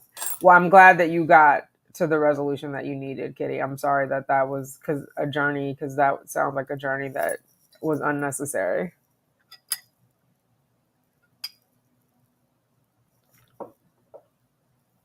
Is on high at the moment. Yes, I agree. No more heavy topics. This one was requested, so I did it. I didn't, and I was meant to do it last week, and I was like, I need to prepare mentally for it. But yeah, anxiety is going to be high. Like, I feel like through this whole process for me, one, because I'm going through my fifth FET, and in my heart, I feel like it should be my last.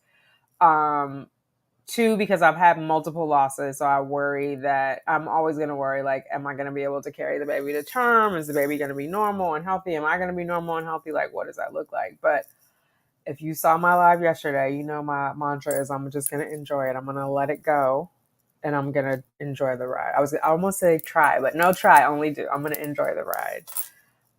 Because there's so many things we could be worried about, and none of them we have control over. So what is the point of that? I don't know most of the pregnancy side of things, being in family medicine myself. I just can't help but think of those I have went over lab results and diagnosis with, but didn't even discuss OB. Oh, wow. Okay.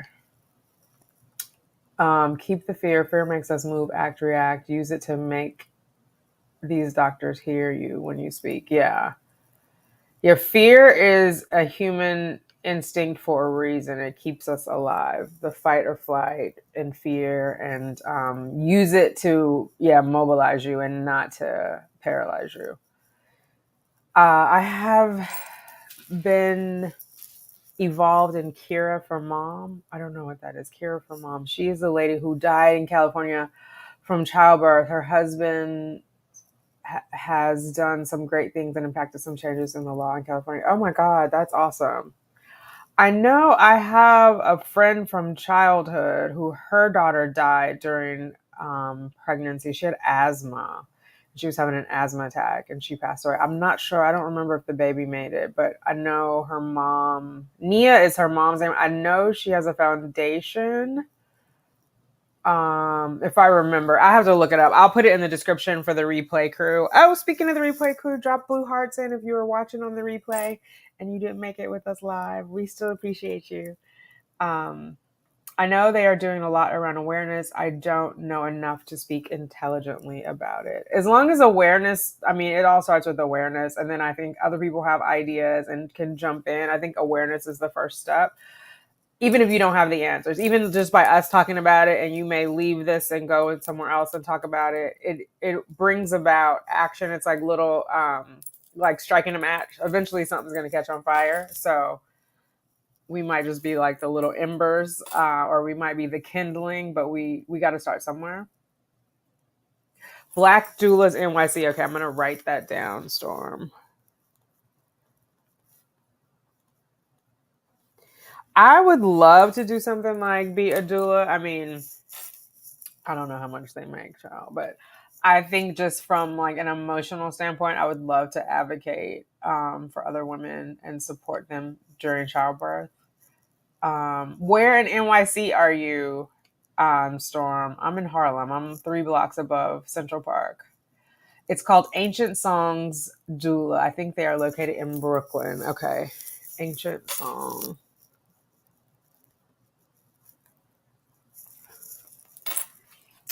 Roseanne. Hey, Roseanne. How are you? My OBGYN is a Black woman, Dr. Shirley Webb, and she's affiliated with Wyckoff Hospital in Brooklyn. Okay. I don't know if I'm trying to go to Brooklyn. Is she affiliated with any other hospital? So, because I definitely, I don't think the maternal fetal medicine is delivering, right? But I have to see her. I have to look, I have to go. It's been a minute. I need to dust off some of my videos. But yeah, hopefully I can deliver. Columbia is the closest hospital to me. I actually need to start doing research, and that'll be good for my mind because that is not like stressful in a negative way. You know what I mean? Like I'll just be perusing. She's pretty good and she delivers babies, and her mother had her when she was 42 years old. Okay, respect. Hey, Queen Raji, how are you? Welcome. All right, Laura. Say it louder, girl. Say it louder. Make the doctors explain. Yes, and they should want to, because the more you understand and the more likely you will come to an agreement and then adhere to the plan. Exactly. I'm more likely to comply once I understand. Like that is, I don't want to say medicine 101, but it's something 101. Help the patient understand. They're more likely to comply.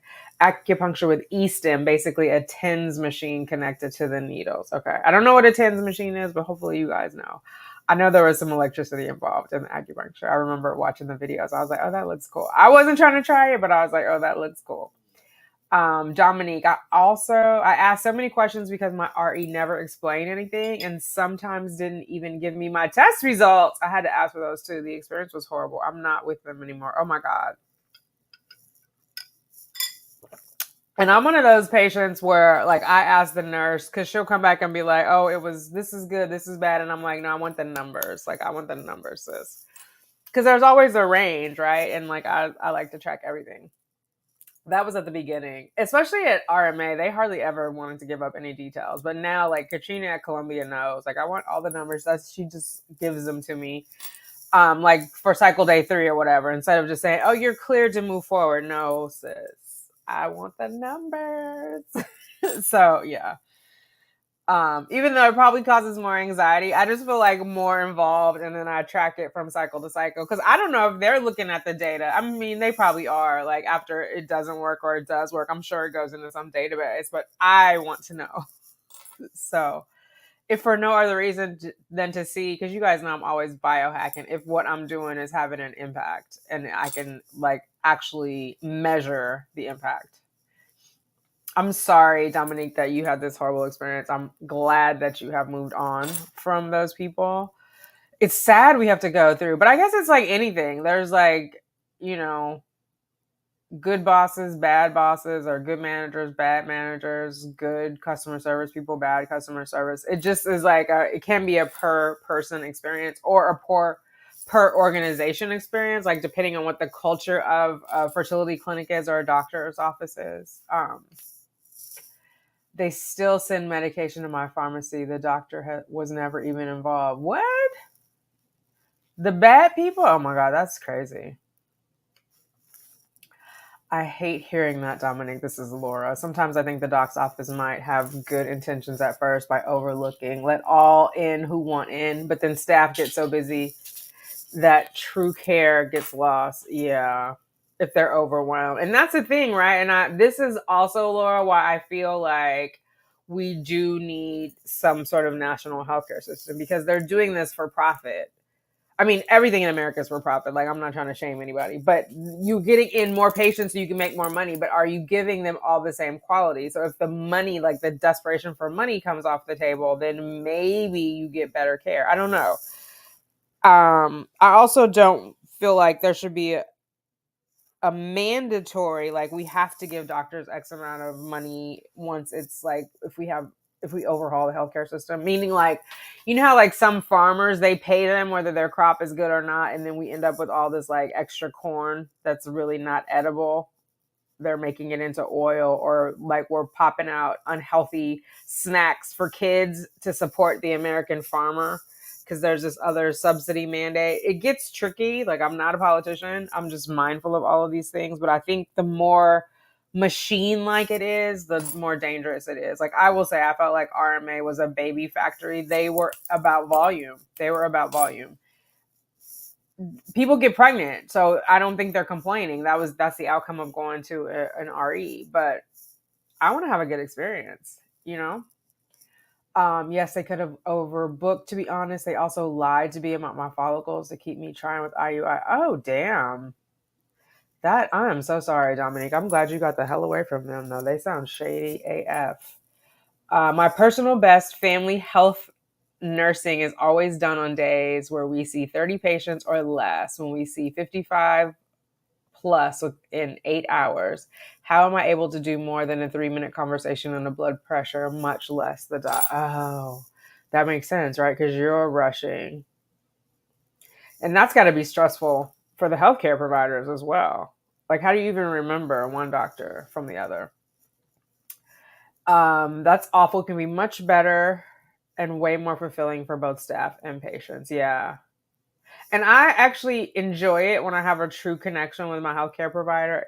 I didn't know the difference. I would say I probably didn't really start having, well, besides Dr. Kuiper, but that was in my hometown. But like, I don't know that I had like a good connection with my LA doctors. I do feel like I've gotten better.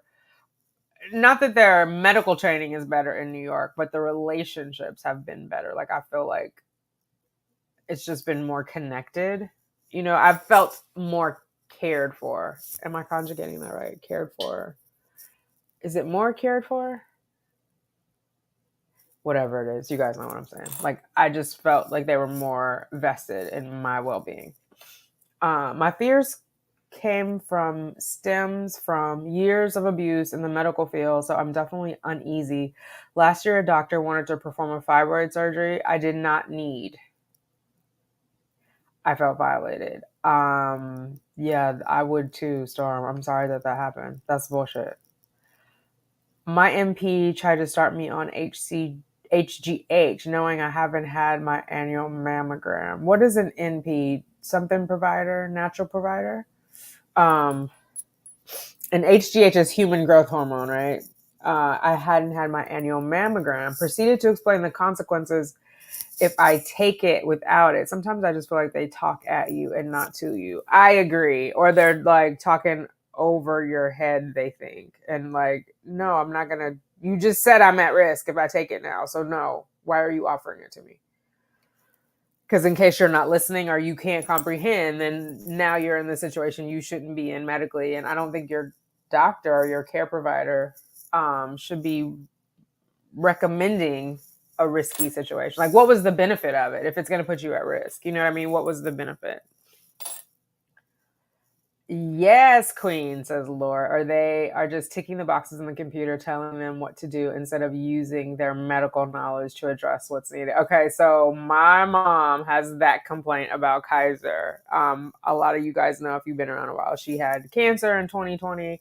And she was like, they're just asking me the same questions. They just have a checklist. Like, they're not listening to what I'm saying. So, baby, when I tell you we ride deep, COVID or not, it was like me, mom, and my sister up in a room explaining stuff to this doctor and this nurse. And then they were right as rain after that. Like, I don't know if they stopped with the checklist. She didn't mention it anymore, but she at least felt heard. Because they were just telling her stuff, and it was like, directly contradicted what she just said, but they had stopped listening because they're reading the next line on their checklist, and they're just waiting for her to stop talking so they can read the next line. She was having none of that. And I don't know if it's specific to Kaiser. I'm just saying, like, that was the system. I feel like because it's such like a big company, like they have to be firm on their processes. They have to be tight, right? Stringent or whatever. So that may have contributed to it. You want it standardized, so you don't want people deviating from the questions. But I think there is a training component of you can get through these questions, but listen to what your patient is saying, because it might take you off. Like what they're saying might be more important than what's in this next question at that moment in time. You know what I mean?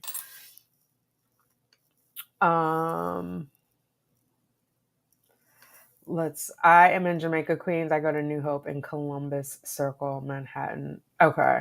Oh, I'm in Columbus Circle too, but at Columbia.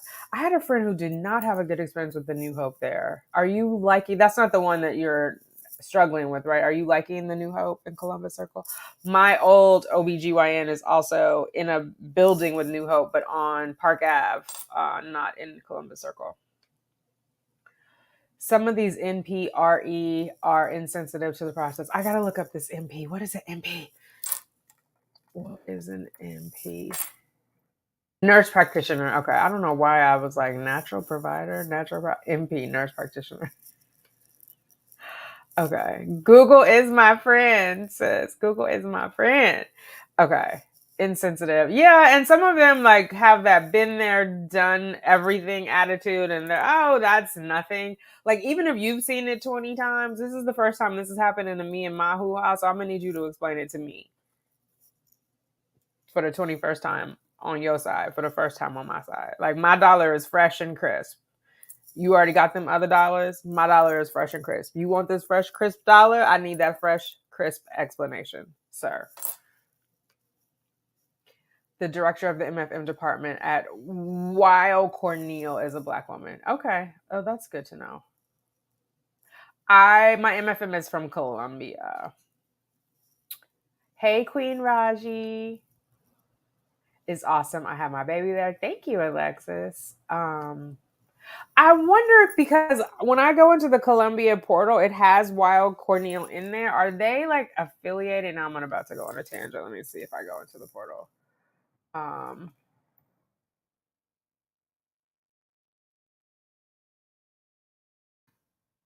Now, of course, I can't find it. How about if I just do Weill Cornell, Columbia? I feel like they're affiliated in some way. New York Presbyterian Weill Cornell University Hospital of Columbia and Cornell. Yes. Weill Cornell. I'm just making up names. Yeah, so they are affiliated. I believe my nephrologist is Weill Cornell, but it all in the same portal, like where you do your billing and set up your appointments. It's the same portal. I'm going to look then and see if maybe they have a Black OBGYN at Weill Cornell. Okay. Thank you, ladies. Uh-oh. And supporter for older women getting pregnant and giving birth. What is her name? Roseanne, what is her name? Did I miss it? I need this woman in my life. Okay.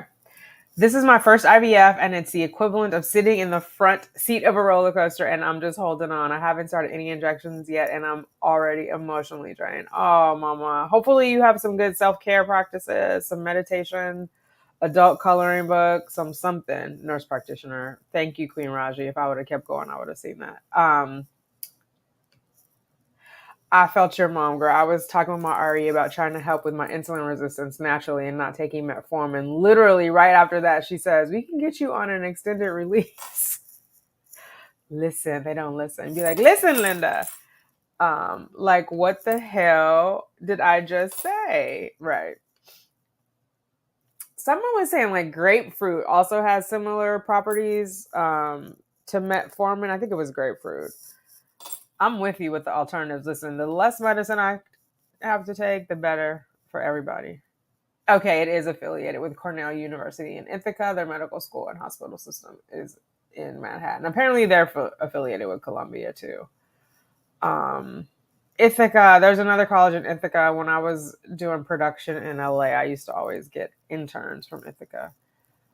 They are also connected to New York Presbyterian. Dr. Shirley Webb. Yes, with the facts, Roseanne. Dr. Shirley Webb. I'm going to be looking her up. I'm going to be looking for her in the daytime with a flashlight, ma'am. That's the director of the department. Okay, thank you. I'm going to look her up. So she's at Weill Cornell, right? Or Weill Cornell. The words. Sometimes they struggle. They struggle with my lips. She referred me to my current fertility doctor. Awesome. I'm glad that you got somebody that you feel comfortable with. She's the chair of the whole OBGYN department at Cornell and also MFM, I believe. So I have the MFM. I'm just looking for, actually, maybe I should start with the MFM and see if there's an OBGYN that she works with, or an OB, an obstetrician that she works with and has a relationship with. It's so much. It's so much going on. Give me 2 seconds. I need to find a Kleenex because I'm going to have a situation. I'm going to put y'all on hold right quick. Give me one.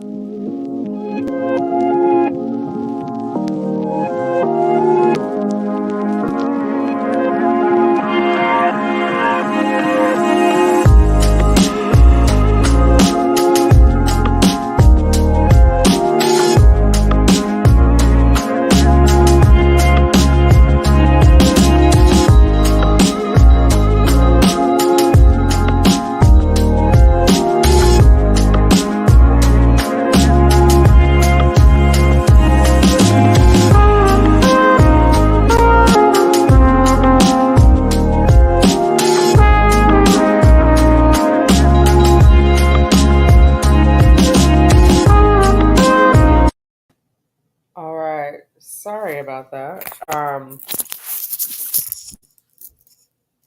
All right. Sorry about that. I guess I should put this in if I want you guys to hear me. I had to turn the air off. I don't know what was going on between the light facing me and the air conditioning on. I'm all congested. All right. It is 2:42. I think we have oh, she's in Brooklyn and Queens. I'm not going out to Brooklyn and Queens. Now that is where I draw the line. I'm like, oh my God. They're so far. It's Dr. Webby. Oh, okay. I'll look. Maybe they have something in Manhattan, but yeah. It's $100 just to get out to Brooklyn. It could be way more than that just for me to get out to Queens. So one way. So I will not be going out to Brooklyn and Queens, but I'll look her up. Maybe they have somebody close by. Serious inside joke. There are no people of color at my clinic, but I saw one at the finance department. The other lady was a cleaner, but they're good, so I'll stick with them. I feel like a sellout. Oh my God, that's not a sellout. Listen, Mrs. M, if they are giving you what they're supposed to give, if they understand the assignment, rock with it. Why not? I just think like the point of the articles when we're saying how to advocate for ourselves, that just gets us over one of the hurdles. It's not to say, all skin folk ain't kinfolk is what they tell me growing up. So you don't get a secret pass just because we have the same skin color. Or I don't doubt you because we don't have the same skin color. You know what I mean? It's really about the relationship. I love this community, says Laura. I swear, feedback, ideas, recommendations, referrals, listening, understanding, compassion, sounding more empathy, all of it. Just so happy there is somewhere to come for all the things. Me too. Oh my God, it is good for my soul. You guys have no idea. You guys are also like therapy for me. So, and then I get to get focused and research. I love the research part of all of this, and then to share it out is good. So, and to hear what research you guys have done, because we are stronger together. I'm here for all the things. All right, ladies, I have enjoyed spending time with you. I thank you for your time. There are 25 people in here. I don't know how many thumbs up we have, but if you could thumbs up the video for me, that would help out tremendously. Basically, because otherwise, if there's like a higher watch ratio, then like the algorithm interprets it like maybe you didn't like it. But if it thinks you did like it and there are videos there are other people who like similar videos and you like it and y'all liked another one together, YouTube will recommend the video to them, which helps me out a lot. And it just looks good in the numbers. You know, it's a numbers game, y'all. So just hit that like button. Costs you nothing. Helps me out tremendously. Thank you for hanging out with me today. We will be back next Sunday. I don't know what next week's headlines and hoo-hahs will be. So if you have an idea, drop it in the comments. Don't put it in the chat because we're going to wrap up, but drop it in the comments. Or if you're on the replay crew and there's something you want to see, a headline you want to see, drop that in the comments. So yeah. I have to go Googling on my own to see what's up. Oh, but mine 100%. Oh, thank you. The only YouTube I watch whose research is like, oh. And I always quote my sources, Laura, just because I may interpret it differently than how you interpret it. You know what I mean? But I like to give you at least the resource of where I got it, and you may look at it. Because as I said yesterday, I'm learning how interpretational medicine is and the data is. So like, let's get the foundation, let's get an understanding, let's come to an agreement. I'm all here for all of that. All right, there is French toast and sausage in my future. Hopefully you guys have already eaten. I didn't eat because I was like, I don't know. I didn't want to have a mess in front of me while I was here. But thank you guys for spending your time with me. I know time is precious. You have a lot of options. So I thank you for rocking with me. If you have ideas for next week's headlines and hoo-hahs, like I said, drop it in the comments. I definitely will take a look at it and see what we're going to research next. Until next time, ladies. What? Baby, that's to you all.